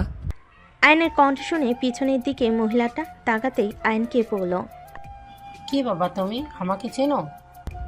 MKH। আয়নের কথা শুনে রহিমা খালা অবাক হয়ে গেল। রহিমা খালা কাঁপা কাঁপা কণ্ঠে বলে উঠল, আয়ান। আয়ন দৌড়ে গিয়ে রহিমা খালাকে জড়িয়ে ধরল। সবাই অবাক হয়ে তাকিয়ে থাকতে লাগলো। আতিয়া রান্নাঘর থেকে বের হলে চমকে গেল। আয়নকে রহিমা খালা সারমুখে চুমু দিতে লাগলো আর কান্না করতে করতে বলে, আয়ান আব্বু তুমি এখানে আছো? বড় মামুনি কোথায়? আপু। আয়নের কথা শুনে রহিমা খালা পিছনে ঘুরে তাকাতেই আতিয়াকে দেখে বলে, মামুনি কেমন আছেন? ভালো, আপনি কেমন আছেন? আজ আমি অনেক খুশি তোমাদের দেখা পেয়ে। আয়ান বাবা কত বড় হয়ে গেছে, আমি তো চিনতেই পারি নাই। আমার বুক পর্যন্ত ছিল, আর এখন কত বড় হয়ে গেছে আমি চিনতেই পারি নাই। হি হি হি। MKH, তুমি কিন্তু আমার ছোট হয়ে গেছো। আমাকে সম্মান করবে। আমি তোমার আব্বু হয়ে গেছি। আয়নের কথা শুনে রহিমা খালা ফিক করে হেসে বলে, একদম, আপনি আমার আব্বু হয়ে গেছেন। মামুনি, আপনি দয়া করে বাবুকে নিয়ে চলেন, আমি ওনাদের খবর দেই। খালা, দয়া করে এখানে কোনো ধরনের কথা তুলেন না। আয়ান, কলেজে যাচ্ছিস না? রহিমা, তুই ওদের দুজনকে চিনোস? রহিমা খালা কিছু বলবে তার আগেই আতিয়া বলে, আম্মু, ওনার সাথে আগে পরিচয় ছিল, ওনার সাথে থাকা হয়েছিল, ওনার বাসায় কাজ করতাম তো। ও আচ্ছা। মামুনি, কি বলেন এসব? ঠিক বলছি খালা। কিরে, যাস না কেন? যাব না আজকে। যেতে বলছি, যা। আয়ন আর কিছু না বলে চলে গেল। রহিমা খালা আতিয়াকে বলে, মামুনি, বেয়াদবি মাফ করবেন। আপনি আয়নবাবু এখানেই থাকেন, আমি ওনাদের জানিয়ে দিই, ওনারা আপনাদের ছাড়া ভালো নেই। কে ভালো নাই রে? আপা, তুমি কিছু জানো না ওরা কারা? খালা, প্লিজ চুপ করবেন। রহিমা খালা আর কিছু বলল না। এদিকে আয়ন কলেজে চলে গেল। কলেজ ছুটি হলে আয়ন রাকিবকে বলল, এই যে মেয়েটা আসছে, তুই ওই মেয়েটাকে পটিয়ে নিবি। যদি নিস তাহলে তোর লাইফ সুন্দরভাবে কাটবে। কে ও? এখানে নাম করা বিজনেসম্যানের ভাতিজি। বলিস কি, রায়হান চৌধুরীর ভাতিজি? হ্যাঁ, থাক, আমি যাই। আয়নের সাথে কিছু বলার আগে সাইকেল নিয়ে জোরে চালিয়ে চলে গেল। নদীকে দাঁড়িয়ে থাকতে দেখে আয়ন সামনে গিয়ে বলে, সাইকেলে যাবেন নাকি? নদী কিছু না বলে পাশে রিকশায় উঠে পড়ল। আয়ন আর কিছু না বলে ওর পিছন পিছন যেতে লাগলো। বাসে গেলে নদী সোজা রুমে চলে গেল। আয়নও রুমে চলে গেল। নদী ফ্রেশ হয়ে নিচে চলে গেলে আয়ন ফ্রেশ হতে চলে গেল। ফ্রেশ হয়ে নিচে গেলে আয়ন আতিয়াকে বলল, আপু, আমি একটু বাইরে যাব। MKH, তুমি কতদিন আছো? আছি, আজকেই দিনটাই। MKH মানে কি? নদীর কথা শুনে আয়ন কিছু না বলে চলে গেল।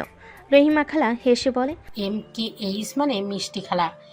এই আমাকে ছোটবেলা থেকে এটাই বলে ডাকে। ও আচ্ছা। হঠাৎ করে আয়ন দৌড়ে বাসার ভিতর ঢুকলো। সবাই ভুরকুচকে তাকালে আয়ন আতিয়াকে বলল, MKH, আপনি এটা কি করলেন? আপু তো এখন রেগে যাবে। মানে? আপু, আয়নের কথা শুনে সবাই দরজার দিকে তাকাতেই থমকে গেল। সবাই ঢোক গিলতে লাগলো। নদীর আব্বু দৌড়ে গিয়ে বলতে লাগলো, ম্যাম স্যার, আমাদের এই গরিবের ঘরে আপনারা প্লিজ ভিতরে এসে বসেন। এইভাবে উত্তেজিত হবেন না, আমরা সাধারণ মানুষ, আমাদের দয়া করে এভাবে ট্রিট করবেন না। আর পাঁচটা মানুষকে যেইভাবে দেখেন সেইভাবেই দেখেন। স্যার, ম্যাম, আপনারা বসেন। আশিক ভালোভাবে সোফা পরিষ্কার করতে লাগলো। তুলি দেখে অবাক হয়ে বলল, ম্যাম, আপনি? আমি তো বিশ্বাসই করতে পারছি না। আমি আপনার অনেক বড় ফ্যান। আপনার সাথে ছবি তোলা যাবে? আপনি আমার আইডল। আমি আপনার মতো বড় বিজনেসম্যান হতে চাই। শিওর, ইনশাল্লাহ আমার থেকে ভালো করবে তুমি। তুলি আয়নের আম্মুর সাথে ছবি তুলতে লাগলো। আয়নের আব্বু আম্মু বসলো। রহিমা খালা বলে ওঠে, ম্যাম বাবু। আয়নের দিকে তাকাতেই আয়নের আম্মু চোখের পানি ধরে রাখতে পারল না। আয়নের দিকে উঠে যেতে আতিয়া আয়নকে টান দিয়ে নিজের কাছে দাঁড় করিয়ে বলে, আয়ান, যেখানে যাচ্ছিলি সেইখানে যা। মামুনি, বাবুকে কেন সরিয়ে দিতে চাইছেন? খালা, আপনি কাজটা মোটেও ঠিক করেন নাই। আর খালা, টাকার কাছে বিক্রি হয়ে গেলেন। মামুনি, প্লিজ আমাকে মামুনি বলবেন না। বৌমা, আমার বোনের সাথে এরকম ব্যবহার করছো? যাও, ওনাদের জন্য শরবত বানিয়ে নিয়ে আসো, গরমের সময়। আতিয়া চলে গেল আয়নের আব্বু আম্মুর জন্য শরবত বানিয়ে নিয়ে আসতে। খালা এগিয়ে গেলে আতিয়া হাত সরিয়ে দিয়ে বলে, মা হয়ে টাকার কাছে বিক্রি হয়ে গেছেন। আপনাকে দেখে আমার ঘৃণা হচ্ছে। আমার একটা মেয়ে মারা গেছে, এখনো আমার আরো সন্তানেরা আছে, তাদের ভবিষ্যৎটাকে নষ্ট করে দিতে পারি না। আতিয়ার আগে কিছু না বলে শরবত বানিয়ে বের হইল। রহিমা খালা আতিয়ার পিছন পিছন যেতে লাগলো। আতিয়া দুজনকে শরবত দিয়ে বলল, শরবত খেয়ে তিনজন বের হয়ে যান। আতিয়া, কি বলো? তোমার কোনো ধারণা আছে কাদের সামনে কথা বলছো? ম্যাম স্যার, দয়া করে কিছু মনে করবেন না। আতিয়া, বেশি করে ফেলছো কিন্তু। সমস্যা নাই, আপনারা ওনাকে কিছু বলবেন না। ম্যাম, কত ভালো। ওনাদের এত সম্মান করার কি আছে? আমরা মানুষ, ওনারাও মানুষ, মাথায় তোলার কোনো মানে হয় না। আশিক রাগে আতের হাত ধরে রাগী লুক নিয়ে তাকাতে রহিমা খালা তাড়াতাড়ি করে আশিকের হাত ধরে কিছু বলবে, সাথে সাথেই আতিয়া বলে, খালা ছাড়েন, আমার হাজবেন্ড আমার সাথে যেমন ইচ্ছে তেমন ব্যবহার করবে, হাত ছাড়েন ওর। আর আপনার ম্যাম স্যার নিয়ে এখান থেকে যান। উনি তোমার হাজব্যান্ড? জি মিসেস রাহেলা চৌধুরী, উনি আমার হাজবেন্ড, আর ওনারা আমার শ্বশুর শাশুড়ি, আর ওই দুটা আমার ননদ। এইটাই আমার দেবরের বউ রূপা। তাই আমি চাচ্ছি না আপনারা দুইজন আমার শ্বশুর বাড়িতে বসে থাকেন। আয়নের আব্বু বলে ওঠে, আতিয়া প্লিজ আমাকে ক্ষমা করে দাও, প্লিজ তোমরা আমাদের সাথে চলো। আতিয়া রেগে বলে, অসম্ভব, আপনাদের সাথে আমরা কেন যাব? আপনারা চলে যান, আমাদের দয়া করে বিরক্ত করবেন না। আমরা আলহামদুলিল্লাহ অনেক সুখে আছি, প্লিজ চলে যান। আতিয়া, আর কত শাস্তি দিবে আমাদের? রহিমা তো আমাদের ক্ষমা করে দিয়েছে, সেখানে তুমি কেন আমাদের ক্ষমা করতে পারছো না? টাকা দিয়ে সব কিনতে পারবেন, আমাদের ভাই বোনকে টাকা দিয়ে কিনতে পারবেন না, বুঝতে পারছেন? আয়নের আব্বু বলে ওঠে, দেখো তোমার শ্বশুরের কোম্পানি লসের দিকে যাচ্ছে, তুমি আর আয়ান যদি আমাদের ক্ষমা করে আমাদের সাথে আসো, তাহলে আমি আশিকের কোম্পানির বড় করার সব কিছু দিয়ে দেব। দরকার হলে তোমাদের কলেজের ওইখানে যে কোম্পানি, ওটাই আশিককে দিয়ে দেব। আয়নের আব্বুর কথা শুনে আতিয়ার আগে সামনে থাকা ফুলদানি এক আছাড়ে ভেঙে ফেল আর রাগে চিল্লায়ে বলে ওঠে, আপনি আমার স্বামীকে লোভ দেখান, আপনার কোম্পানি আপনার কাছে রাখেন। দয়া করে এখান থেকে তিনজন যান। আপনারা যদি বেশি বুঝেন, আমি আয়নকে নিয়ে এখান থেকে চলে যাব। আপু, এই চুপ, তুই এখানে একটা কথা বলবি না। আপু আফিয়া আরুষ এসেছে, শান্ত হও। আতিয়া আফিয়া আরুষকে দেখে চুপ হয়ে গেল। দুজন দৌড়ে এসে নদীকে জড়িয়ে ধরল। আফিয়া বলে, ফুপ্পি, তোমরা দুইজন এখানে কার সাথে আসলে? আঙ্কেল আমাদের রেখে গেছে। মামা, তোমাকে কল দিলাম, ফোন বন্ধ কেন? ফোন সিম ভেঙে ফেলছে তোমার আম্মু। আসসালামু আলাইকুম। আপনাদের তো আমি ম্যাগাজিনে দেখেছিলাম আপনারা আমাদের বাসায়। ওয়ালাইকুম আসসালাম। আয়নের আম্মু আফিয়া আরুষকে জড়িয়ে ধরে সারা মুখে চুমু দিতে লাগলো। দুজন অবাক হয়ে তাকিয়ে থাকতে লাগলো। আফিয়া বলে ওঠে, আপনারা এত বড় মানুষ হয়ে আমাদের আদর করছেন।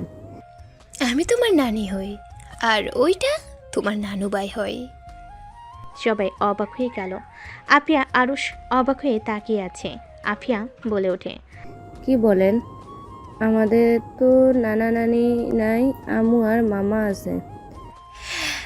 আমার কথা বিশ্বাস না হলে তোমার মামা আর আম্মুকে জিজ্ঞেস করো। আফিয়া আতিয়ার আয়নের দিকে তাকিয়ে বলল, আম্মু, ওনারা কি আমার নানা নানি? হ্যাঁ। আতিয়া কথা শুনে সবাই অবাক হয়ে গেল। নদীর আম্মু বলে ওঠে, কি ওনারা তোমার বাবা মা মানে? তুমি তো বলছো তোমরা এতিম। আমাদের থেকে নিজের পরিচয় কেন লুকিয়েছ? এত বড় বাড়ির ছেলে মেয়ে হয়ে ওই বস্তিতে কি করছিলে? এইসব মানে কি? আমাদের এভাবে ধোকা কেন দিয়েছ? আশিক, তুমি আমাকে ভুল বুঝছো। আমি তোমাদের ধোকা দিতে চাই নাই। আমি ওনাদের পরিচয়ে বাঁচতে চাই না। আমরা ভাই বোন ওনাদের পরিচয় নিয়ে থাকতে চাই না। দয়া করে তোমরা আমাকে ভুল বুঝো না। আমি ওনাদের ঘৃণা করি। আমি চাই নাই আমার ছোট ভাই আমার বাবা বড় ভাইদের মতো হোক, আর টাকা কারণে অভদ্র তৈরি হোক। মানুষকে মানুষ মনে করবে না, টাকার গরমে সব কিনে নেওয়ার চেষ্টা করবে, অন্যায় করে টাকা দিয়ে মুখ বন্ধ রাখবে। এমন যেন না হয়। সেই জন্য আমি আমার ভাইকে নিয়ে দেশে এসেছি। আমার ভাইকে আমি আমার মনের মতো করে বড় করতে পেরেছি, এটাই আমার সফলতা। ওইখানে যদি রাখতাম, আমার ভাই একটা অমানুষ হতো, আর ওই বাড়িতে আমার দম বন্ধ হয়ে আসতো। অনেক কিছু চাইলে বলা যায় না আশিক, শুধু এইটা মাথায় রেখো, এমন কিছু আছে যার জন্য আমার বাবা মা ভাইকে আমি ঘৃণা করি। কেন ঘৃণ্য করো? রাজপ্রাসাদ রেখে বস্তিতে থাকতে কি এমন করেছো যে তোমরা ওইখান থেকে চলে এসেছো? আর আয়ানকে এত শাসনে কেন রাখতে? আয়ানকে সবসময় অভাবের ভেতরে রাখার কেন চেষ্টা করতে?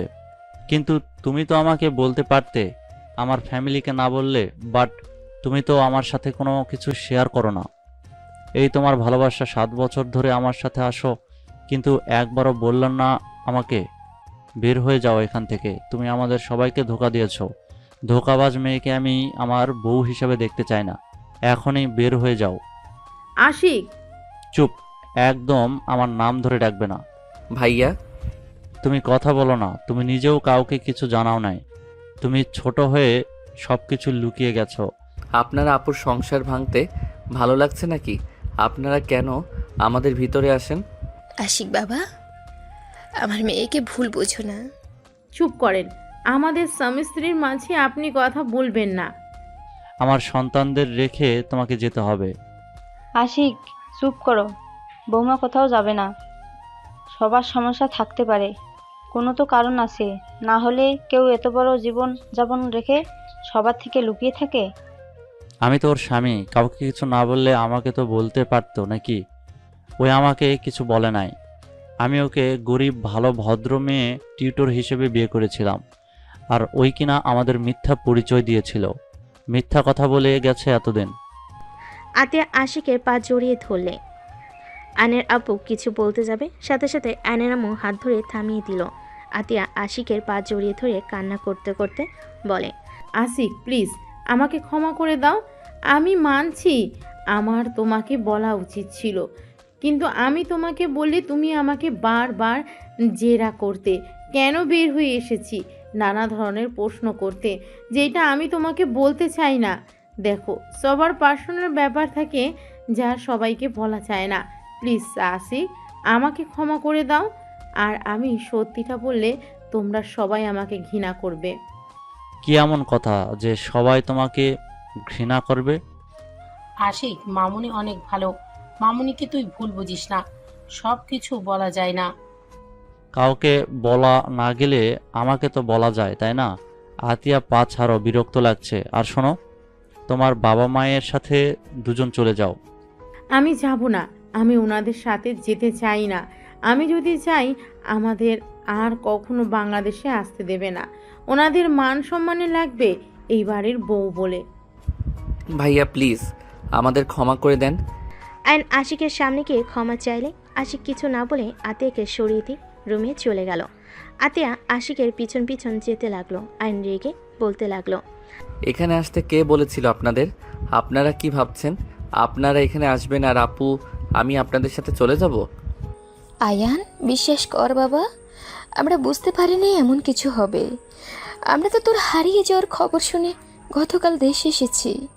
1টার দিকেই রহিমা আমাদের কল দিয়ে বলল, তাই আমরা এখানে এসেছি তোদের বুঝিয়ে নিয়ে যাওয়ার জন্য। আমরা বুঝতে পারিনি এমন কিছু হবে। ভালো করছেন ভাইয়া, যদি বের করে দেয় আপনাদের খবর আছে। আপনারা এখান থেকে দয়া করে চলে যান।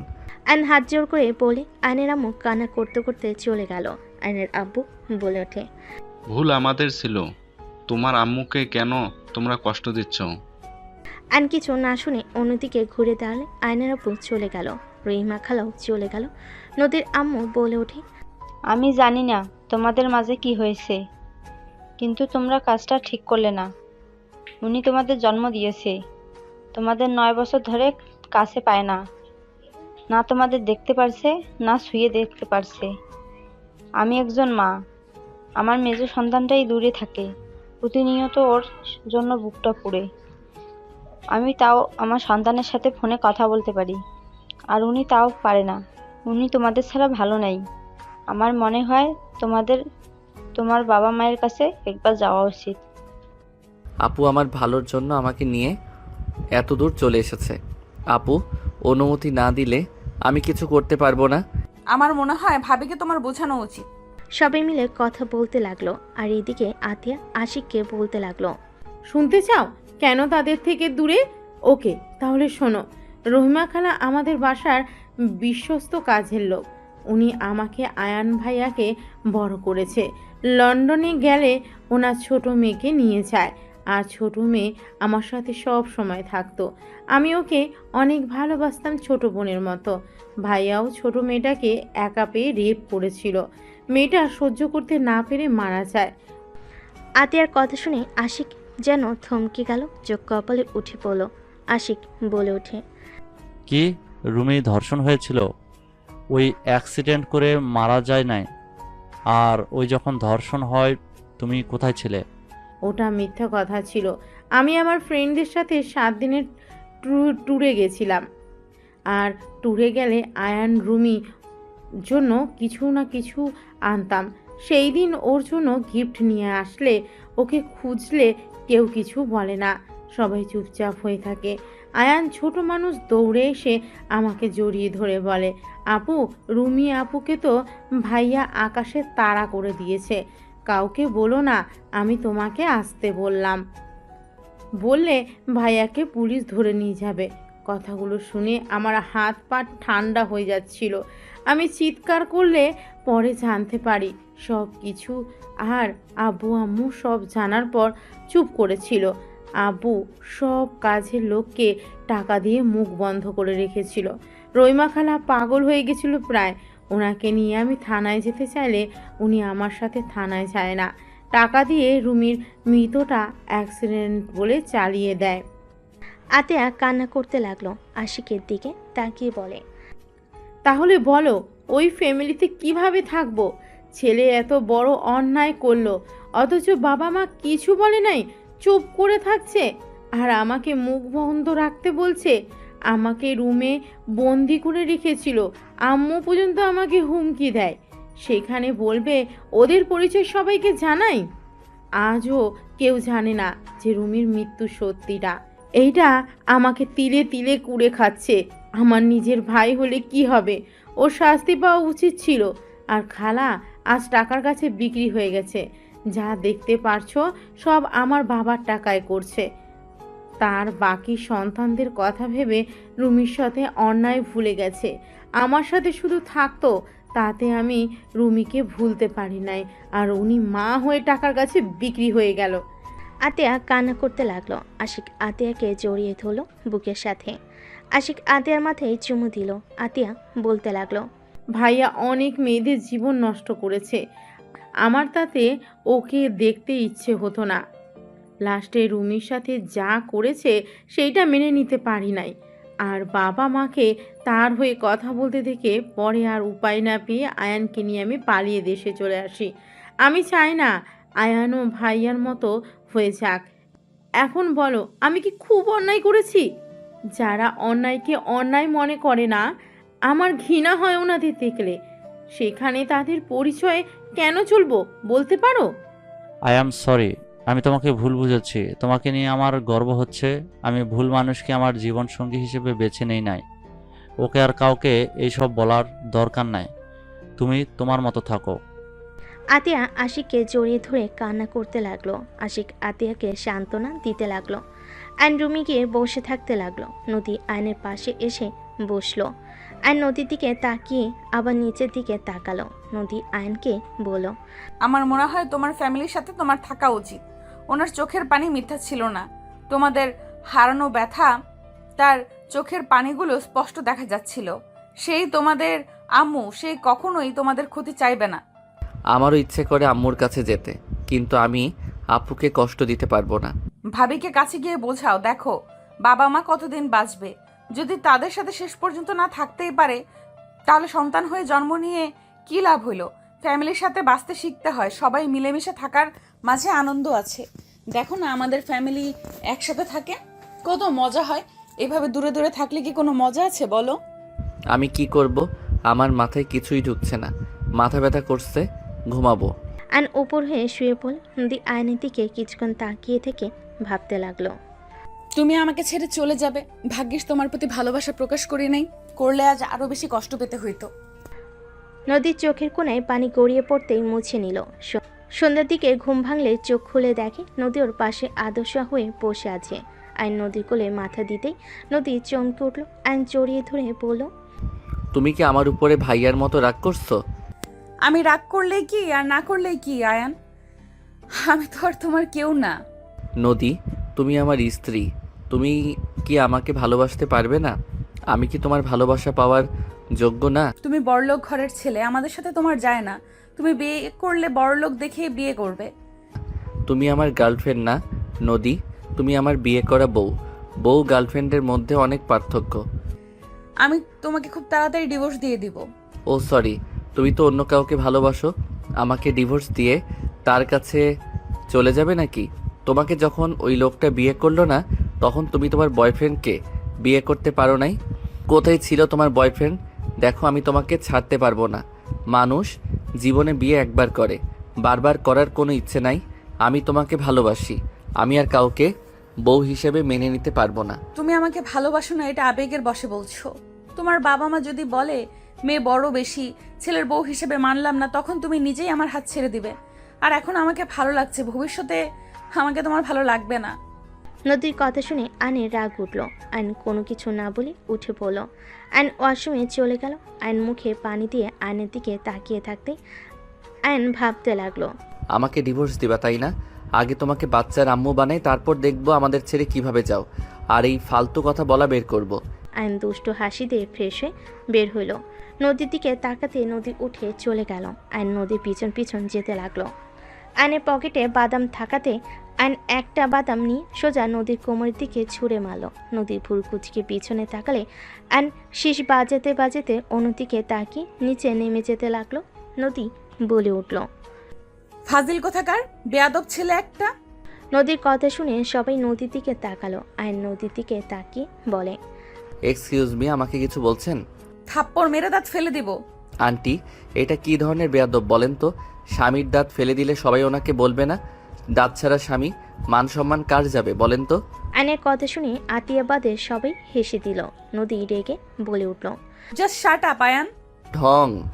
আয়ন কথাটা বলে নিচে নামলো। নদী নিচে নেমে সোফায় বসলে আতিয়া বলে ওঠে, নদী, মন থেকে একটা কথা বলবে? কি কথা ভাবি? তুমি কি সত্যি আয়নের সাথে থাকতে চাও না? দেখো, মন থেকে বলো। যদি না থাকতে চাও তাহলে আমাদের বলো।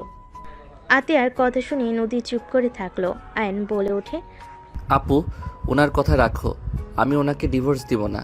উনি আমাকে মেনে নিক বা না নিক, উনি আমার স্ত্রী নামে থাকবে। আমি বেঁচে থাকতে ওনাকে অন্য কারো হতে দিব না। Just shut up. কেউ থাকতে না চাইলে তাকে জোর করে রাখা যায় না আয়ান। যে চলে যেতে চায় তাকে চলে যেতে দিতে হয়, না হলে সেই তীরে তীরে কষ্ট পেতে পেতে মারা যাবে। আপু, আমি ওনাকে ছাড়া কাউকে আমার লাইফে চাই না। উনি আমার স্ত্রী, উনি থাকবে সারা জীবন। বলো। আয়নের কথা শুনে নদী অবাক হয়ে তাকালো। তুলি বলে উঠল, আয়ান তোমাকে সবার সামনে চাচ্ছে, আর তুমি এত ভাব কেন নাও আপু? এসব আবেগ, আবেগ চলে গেলে তখন আর আমাকে ভালো লাগবে না। বারবার এক কথা কেন বলো? আমি একবারও বলছি এইটা আমার আবেগ, তুমি আমার স্ত্রী, তাই আমি তোমাকে ভালোবাসতে শুরু করছি। বলতে ভালোবাসি। দেখো, আমি তোমাকে চেয়েছি মানে তোমার আমার হয়ে থাকতে হবে। তোমার বয়ফ্রেন্ড যেই থাকুক আমি তার হতে দিব না। আয়ান, সব কিছুতে জেদ মানায় না। ওই না থাকলে জোর করে কিভাবে রাখবি? ওই আস্তে আস্তে ঠিক আমাকে ভালোবাসবে, এইটা আমার বিশ্বাস। চুপ কর নদী, তুমি ভেবে দেখো। যদি দেখো না থাকা সম্ভব না, তাহলে ডিভোর্স লেটার দিয়ে দিও। আমার ভাবার কিছু নাই, আমি ওর সাথে থাকতে পারবো না। নদীর কথা শুনে আয়নের রাগ হতে লাগলো। আয়ান বলতে লাগলো, মন থেকে বলছো নাকি? তুমি বুকে হাত দিয়ে আমার চোখের দিকে তাকিয়ে যদি এই কথা বলতে পারো, যাও, আমি তোমাকে নিজে ছেড়ে দিব। তোমাকে আমি কখনোই ডিস্টার্ব করব না। আয়ন নদীর সামনে গিয়ে হাঁটুকে বসে বলল, তাকাও আমার দিকে। এইসব ফালতু ডায়লগ দিবে না তো।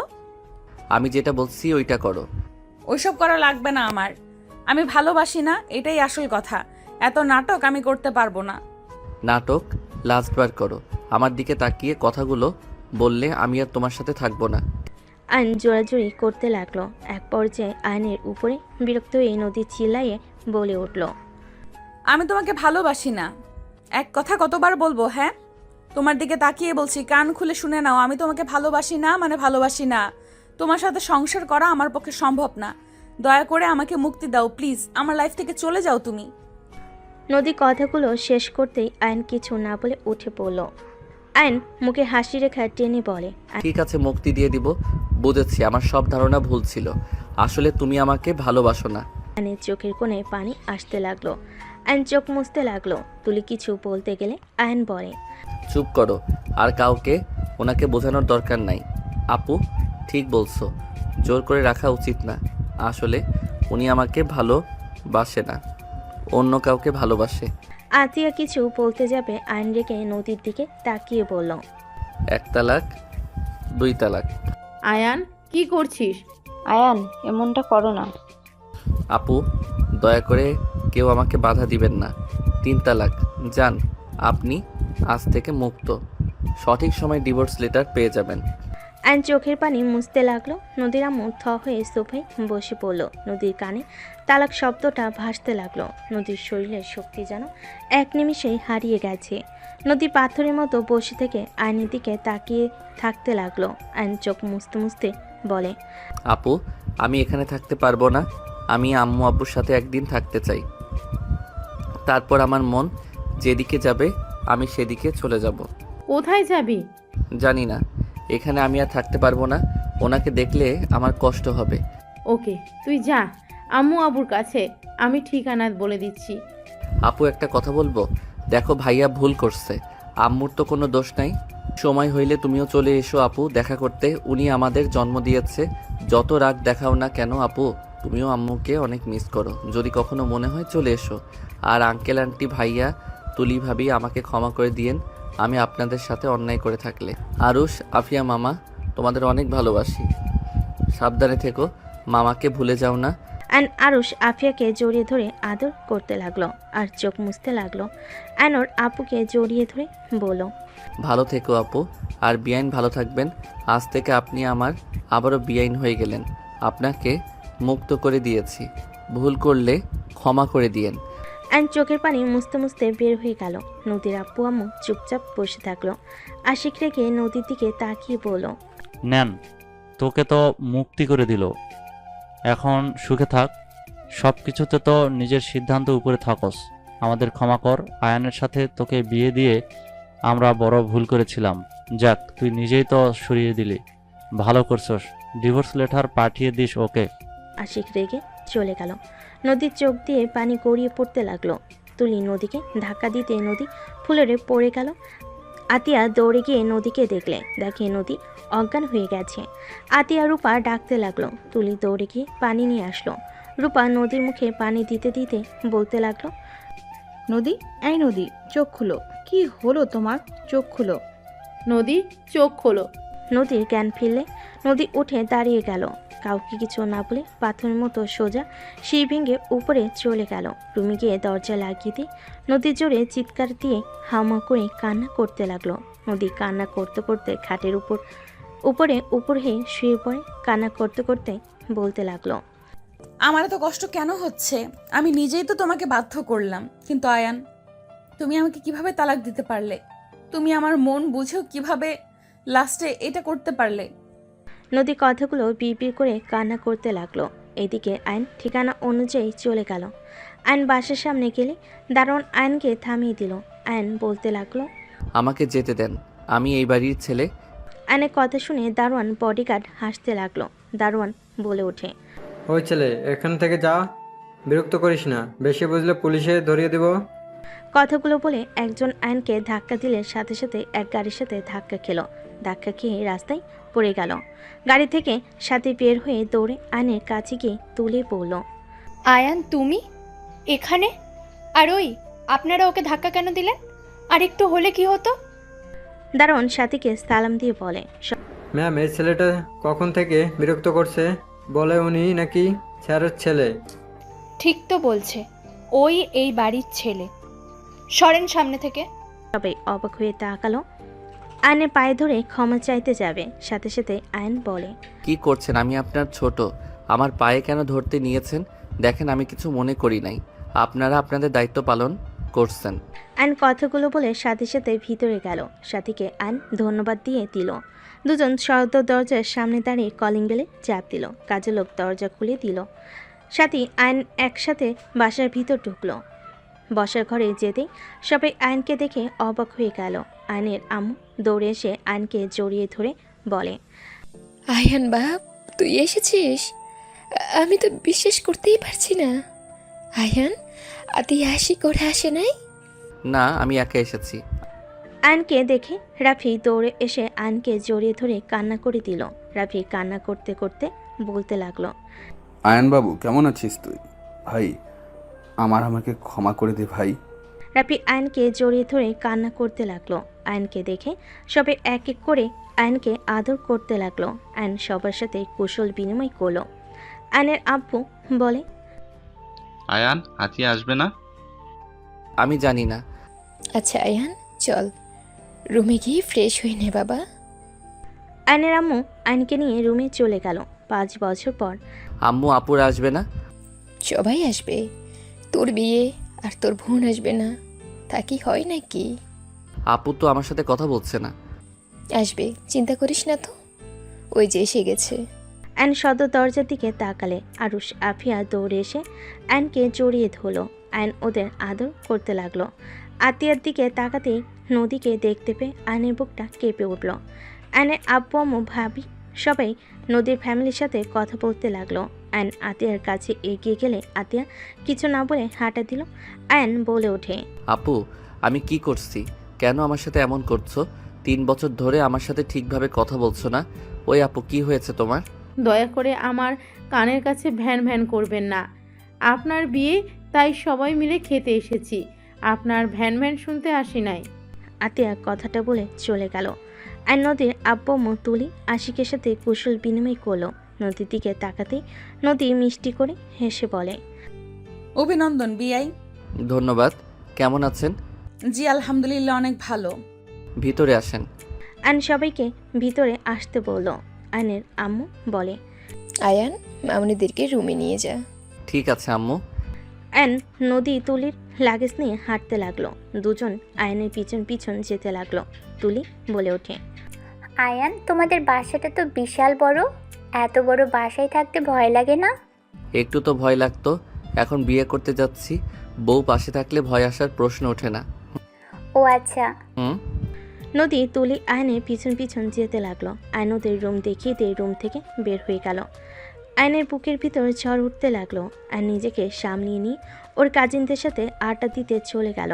সন্ধ্যের দিকে আয়ন রুমে একা বসে আছে, এক দৃষ্টিতে ফ্লোরের দিকে তাকিয়ে আছে। আয়নের আম্মু ডাক দিলে আয়ন ভাবনার জগৎ থেকে বের হয়ে নিচে চলে গেল। আতিয়া না তাকিয়ে অন্যদিকে তাকালো। আয়ন ওর আম্মুর দিকে তাকিয়ে বলল, কিছু বলবে? সারাদিন রুমে কি করিস? হ্যাঁ, এতগুলা বিআই থাকতে সবাইকে নিয়ে একটু ঘুরে আসতে পারিস না? ওই খচ্চর 4টা তোদের কাজ কি ছিল? আয়নের কথা শুনে ওর এক কাজিন বলে, ভাইয়া আমার দোষ নাই, ওনারা তোমার কথা বলে, সবাই একসাথে যাবে। আম্মু আমি একটু সাথীদের বাসায় যাব। বাবা, আয়ান বউকে কি চোখে হারাচ্ছ নাকি? তুলির কথা শুনে নদী আতিয়া বাদে সবাই হাসতে লাগলো। আয়ন মুখে হাসি রেখা টেনে বলে, ওকে যাও যাও, আগামীকাল তো গায়ে হলুদ, তারপর বিয়ে, এখনও তাকে পেতে হইলে 2 দিন অপেক্ষা করতে হবে। রাফি আয়নের দিকে তাকিয়ে বলে, আয়ান তুই ঠিক আছিস? কোনো কিছু নিয়ে চিন্তায় আছিস নাকি? দেখ, তোর যদি ওই বিয়েতে মত না থাকে সোজা বলে দে, আমি ওদের বুঝিয়ে নেব। তোর উপরে প্রেশার দিতে চাই না। রাফির কথা শুনে আতিয়া বলে ওঠে, আপনি আবার অন্যের কথাও ভাবেন? রাফি আতিয়ার কথা শুনে চুপ হয়ে গেল। আর কিছু না বলে আরুষ আপিয়ার সাথে খেলা করতে লাগলো। আইন কিছু না বলে যেই ঘুরতে যাবে, পিছনে সাথে সাথে রাকিবকে দেখে আইন খুশিতে জড়িয়ে ধরল। দোস্ত তুই এসেছিস? তোর বিয়ে আমি আসবো না তা তো হয় না, তোর শালিকার সাথে প্রেম তো করা লাগবে নাকি? শালা? তুই শালা হবি, আমি না। ওকে যেই হোক চল আমার সাথে, আমার ভালো লাগছে না। কোথায় যাব? যেখানে যাওয়ার কথা। আরে এটাই তো ম্যাম। রাকিব আইনকে ছেড়ে দিয়ে নদীর সামনে কি বলে, আসসালামু আলাইকুম ম্যাম, কেমন আছেন? ওয়ালাইকুম সালাম, ভালো, তুমি কেমন আছো? আলহামদুলিল্লাহ ম্যাম, আপনার সাথে তো আয়নের তেমন একটা কথাই হতো না, সেখানে আর কাউকে দাওয়াত না দিয়ে আপনাকে দিয়েছে। রাকিব ওইটাই আমার বোন। আশিকের কথা শুনে রাকিব ভ্যাবাচেকা খেয়ে গেল। রাকিব মুখ ফসকে বলে ওঠে, শালা তুই তাহলে ম্যামের প্রেমে হাবুডুবু খাচ্ছিলি? রাকিবের কথা শুনে সবাই অবাক হয়ে গেল। আয়ন রাকিবের মুখ চেপে ধরে নিয়ে যেতে লাগলো। আয়নকে গাড়িতে তুলে আয়ন ড্রাইভিং করতে লাগলো। আয়ন সোজা সাথীদের বাসায় চলে গেল। আয়নকে দেখে সবাই অবাক হয়ে তাকিয়ে আছে। আয়নের ভাবি বলে ওঠে, আয়ান তুমি এখানে, ভিতরে আসো। ভাবির সাথী কোথায়? আয়নের কথা শুনে সবে মিটিমিটি হাসতে লাগলো। আয়নের ভাবি মিটিমিটি হেসে আয়নকে দেখিয়ে দিল রুম। আয়ন রাকিবকে নিয়ে সোজা সাথীর রুমের দিকে নক করতে লাগলো। কে? আমি আয়ান। আসো। আয়ন রাকিবকে বাহিরে রেখে ভিতরে ঢুকলো। সাথী আয়নকে দেখে বলল, তুমি এখানে কেন? আমার লাইফটা নষ্ট করতে নিয়েছো? আবার দেখতে আসলে নাকি যে কেমন দেখা যাচ্ছে বিয়ের পর কেমন অবস্থা করব? সাথী বাজে কথা বলো না। রাকিব ভিতরে আয়। রাকিব ভিতরে আসে। সাথী রেগে বলে, তুমি এখানে কি করছো? বের হও। এই চুপ করো। শুনো, আমি রাকিবকে বলেছিলাম তোমাকে পটাতে। হ্যাঁ মানছি আমি ওকে লোভ দেখিয়েছিলাম, কিন্তু রাকিব তো তোমাকে সত্যি করে ভালোবাসে। ওই তোমাকে লোভের জন্য ভালোবাসে নাই। তুমি শুধু শুধু ওর উপরে রেগে আছো। শুনো, রাগ জিদ অভিমান করে ভুল সিদ্ধান্ত নিও না, যা সারা জীবন পস্তাতে হবে। আমার কাছে আইডিয়া আছে, শোনো। আমার কিছু শুনতে হবে না। বের হও দুজন। আমার কারোর সাথে কথা বলার কোনো ইচ্ছে নেই। রাকিব সাথীর পায়ের কাছে বসে পা জড়িয়ে ধরে বলে, সাথী, আমি তোমাকে অনেক ভালোবাসি। আমি তোমাকে ছেড়ে থাকতে পারবো না। আমি তোমাকে নিয়ে পালিয়ে যেতে চাই। সাথী, আমার চাকরি হয়েছে। আমি জানি আমি তোমাকে তোমার আব্বুর দামি দামি কিছু দিতে পারবো না, তবে আমি তোমাকে কখনোই কষ্ট পেতে দিব না। আমি তোমাকে সুখে রাখার চেষ্টা করব। প্লিজ তুমি আমাকে ক্ষমা করে দাও। রাকিব কান্না করতে নিলে সাথী নিজের রাগ অভিমান ভুলে রাকিবকে জড়িয়ে ধরে কান্না করতে করতে বলে, আমার কিচ্ছু চাই না, আমি শুধু তোমাকে চাই রাকিব। চলো এখন পালিয়ে যাই আমরা।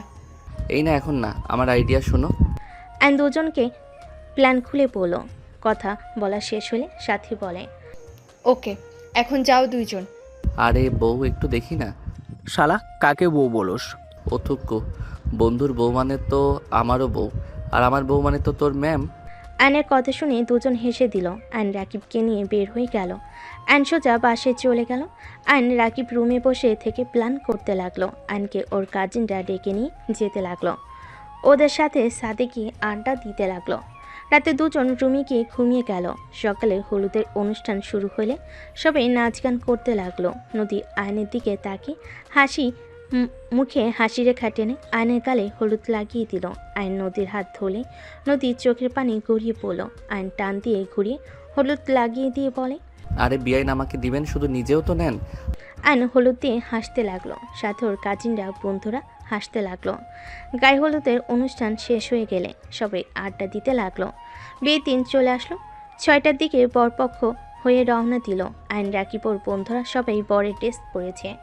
সবাই রুমাল দিয়ে মুখ ঢেকে রেখেছে। সাথীদের বাসার সামনে গেটে নামলে সবাই একসাথে ভিতরে গিয়ে বসে পড়ল। অ্যান্ড আস্তে আস্তে ওইখান থেকে সরে সোজা কাজীর কাছে চলে গেল। কাজীকে টাকা দিয়ে রাকিবের আর সাথীর বিয়ে সব কিছু লিখে রাখতে বলল। ওখানে ঠিক করে অ্যান্ড রাকিবকে টেক্সট দিয়ে ওখান থেকে চলে গেল। অ্যান্ড সোজা ব্রিজের নিচে চলে গেল। অ্যান্ড শেরানি খুলে ফেলে দিল আর আকাশের দিকে তাকিয়ে থেকে ভাবতে লাগলো, আল্লাহ, আমার প্রিয় মানুষটা কেন আমার হয়েও হলো না? সাথীর মতো কেন আমাকে ভালোবাসতে পারলো না? সাথী রাকিবের ধোঁকা জেনেও তোকে কবুল করে নিল, আর আমার ভালোবাসার মানুষের কাছে আমি কি অন্যায় করেছিলাম? কেন সে আমাকে বলল ওই আমাকে ভালোবাসে না? আমি কি সত্যি কারো ভালোবাসা পাওয়ার যোগ্য না? আয়ন চোখের পানি ফেলতে লাগলো। আয়ন সারা রাত ব্রিজের নিচে গিয়ে কাটিয়ে দিল। সকালে ভোরের আলো ফুটতেই আয়ন ব্রিজের উপরে উঠে পড়ল। রিক্সা নিয়ে বাসায় চলে গেল। রিক্সা ভাড়া দিয়ে আয়ন ভিতরে চলে গেল। আয়ন বাসের ভিতরে ঢুকতেই বসার ঘরে গেলে সবাই আয়নের উপর রেগে কিছু বলবে। তার আগে নদী আয়নকে দেখে সিঁড়ি থেকে নিচে নেমে দৌড়ে এসে আয়নকে শক্ত করে জড়িয়ে ধরে সারা মুখে চুমু দিতে দিতে বলতে লাগলো, আয়ান সারা রাত কোথায় ছিলে জানো? কত ভয় পেয়ে গেছিলাম। আয়ান, আমি তোমাকে অনেক ভালোবাসি। আমি তোমাকে ছাড়া কাউকে ভালোবাসতে পারবো না। আমি তোমাকে আমার জীবন থেকে বেশি ভালোবাসি। আয়ান, তোমাকে আমার ভালোবাসতে হবে না। আয়ান, তুমি শুধু আমাকে তোমার আশেপাশে থাকতে দিও, আমার তাতেই হবে। তাও তুমি আমার থেকে দূরে যেও না। নদী কথাগুলো বলে হাউমাউ করে কান্না করতে লাগলো। সবাই হতভম্ব হয়ে তাকিয়ে আছে। আয়নের চোখের কোণায় পানি গড়িয়ে পড়তে লাগলো। নদী আয়নকে আষ্টে পিষ্টে জড়িয়ে ধরে বলতে লাগলো, আয়ান, আমি কাউকে ভালোবাসি না। আমি তোমাকে ভালোবাসি। আমার কোনো বয়ফ্রেন্ড নাই আয়ান। তুমি সেদিন আমার পুরো কথা না শুনে সোফায় গিয়ে শুয়ে পড়লে। আয়ান, আমি সেই দিন তোমাকে ভালোবাসার কথা বলেছিলাম। তুমি আমাকে বুঝতে পারো নাই আয়ান। আমি সবার মতো আমার ভালোবাসা আমি প্রকাশ করতে পারি না। তুমি তো আমাকে বুঝেও লাস্টে বুঝলে না আয়ান। আমি তোমাকে অন্য কারো হতে দেখতে পারবো না। নদী কান্না করতে করতে আয়নের পায়ের কাছে বসে পা জড়িয়ে ধরে কান্না করতে করতে বলতে লাগলো, আয়ান প্লিজ আমাকে ক্ষমা করে দাও। আমি তোমার কাছে ভিক্ষা চাচ্ছি। আমাকে তুমি আবারও নিজের কাছে টেনে নাও না। আমাকে লাস্ট বার সুযোগ দাও না আয়ান। আমি কথা দিচ্ছি, তুমি আমাকে মেরে কেটে ফেলে দিলেও আমি তোমাকে ছেড়ে যাব না। প্লিজ আমাকে তুমি ক্ষমা করে দাও। ক্ষমা করে আমাকে একটা সুযোগ দাও না। নদী কান্নায় ভেঙে পড়ল। আতিয়া বলে ওঠে, আয়ান, নদী তোকে অনেক ভালোবাসে। 3 বছর ধরে তোকে আমি এইসব বলার চেষ্টা করছি, তুই আমার কথা না শুনে কল কেটে দিতি। নদীর কোনো কথা শুনতে চাইতি না। এইসব হচ্ছেটা কি? নদী তো আয়ানের 1 বছরের বড়, ওর সাথে ওর ভালোবাসা কিভাবে হয়? ফাজলামি নিতেছিস? হ্যাঁ? আয়নের আম্মু আর কিছু বলবে তার আগে আয়ন নদীকে 2 হাত দিয়ে তুলে ধরে চোখের পানি মুছে দিয়ে বুকের সাথে জড়িয়ে ধরে বলে, কি করছো? আমার পায়ে কেন ধরছো? আমি তোমাকে ভালোবাসি আর সারা জীবন আমি তোমাকে ভালোবেসে যাব। তুমি আমার পাশে থাকো বা না থাকো, সেই দিন তুমি আমাকে ওইভাবে না বললে আজ একটা ভালো সম্পর্ক থাকতো। আয়ান, কি আবোল বকছিস? নদী হাতিয়ার 1 বছরের ছোট হবে। ওই তোর বড় বোনের মতো। ওই আমার বোনের মতো না, ওই আমার স্ত্রীর মতো। আর আম্মু বারবার বড় বড় করবে না, ভালোবাসে আবার বড় ছোট কোনো ব্যাপার না। একে উপরের মনের মিল থাকাটা মেইন। বয়স তো পানির মতো বাড়তে থাকে। আর নদীকে যদি তোমাদের কারো বৌমা হিসেবে মেনে নিতে কষ্ট হয় তাহলে বলতে পারো, আমি নদীকে নিয়ে চলে যাব। তারপরও কারো কথা শুনে আমার ভালোবাসার মানুষের হাত ছাড়তে পারবো না। আয়নের কথা শুনে আয়নের আব্বু বলে, রাহেলা রাগ করো না, আমাদের সন্তানেরা যার সাথে থেকে সুখে থাকবে তার সাথে বিয়ে দেওয়াই ভালো। আয়নের বড় চাচু বলে ওঠে, যাক ভালোই হলো। শফিক শোনো, আমরা সবাই যখন আসি এই সুযোগে ওদের বিয়েটা দিয়ে দাও। কাজী নিয়ে আয়। আয়নের বড় চাচুর কথা শুনে আয়ন খুশি হইল। রাফি কাজীকে ফোন দিয়ে চলে আসতে বলল। কাজে আসলে আয়ন নদীর বিয়ে পড়িয়ে দিতে লাগলো। বিয়ে পড়ানো শেষ হলে রাকিব সাথে সাথে এসে পড়ল। ছি শালা বাবু, ছি, ম্যামকে বিয়ে করতে লজ্জা লাগে না? ছি বন্ধু কাজিন, ছি। এই ঢং বন্ধ করো। ছিছি করলে সাথীকে নিয়েও বাসর ঘরে চলে যাব। আমি রাজি। কুত্তা বিড়াল কি বলো? গলা টিপে মেরে ফেলবো। নদী আয়নের গলা ধরে সবাই হাসতে লাগলো। আয়ন নদীর হাত ধরে বলতে লাগলো, আরে আরে বউ, মজা করছি। সাথী রাকিবের বউ, বন্ধুর বউ, তার উপরে কাজিন, আবার বিআইন। একটু মজা করছি। সরি জান, ছাড়ো, ব্যথা লাগছে। যাই হোক, বলেন কেন? আয়ন উঠে নদীকে কোলে তুলে নিল। সবাই মিটিমিটি হাসতে লাগলো। নদী লজ্জায় আয়নের বুকে মুখ লুকিয়ে নিল। আয়ন নদীকে নিয়ে চলে গেল। রাকিব বলতে লাগলো, শালা বাবু, আরেকটা বিয়ে করলে আমাকে ভাগ দিস। তোর মনে হয় মার খাওয়ার ইচ্ছে জাগছে। সাথী মারতে যাবে। রাকিব কানে হাত দিয়ে উঠবোস করতে লাগলো। আর আয়ান নদীকে খাটের উপরে গেলে দুষ্টু হাসি দিয়ে এগিয়ে যেতে নিলে নদী দুষ্টু নজরে তাকাতেই আয়ান ফিক করে হেসে বলল, আরে বাহ, বউকে পুরো পুচ্ছি লাগছে। তাই দেখাচ্ছি মজা। নদী কথাগুলো বলে আয়নের শার্ট ধরে টান দিয়ে নিচে ফেলে দিয়ে ঝাঁপিয়ে পড়ল। আয়ন নদীকে নিয়ে সুখের সাগরে চলে গেল। কি ভাই, এত খুশি হওয়ার কিছু নাই? আপনি তো সিঙ্গেল, যান যান, এদের রোমাঞ্চ করতে দেন।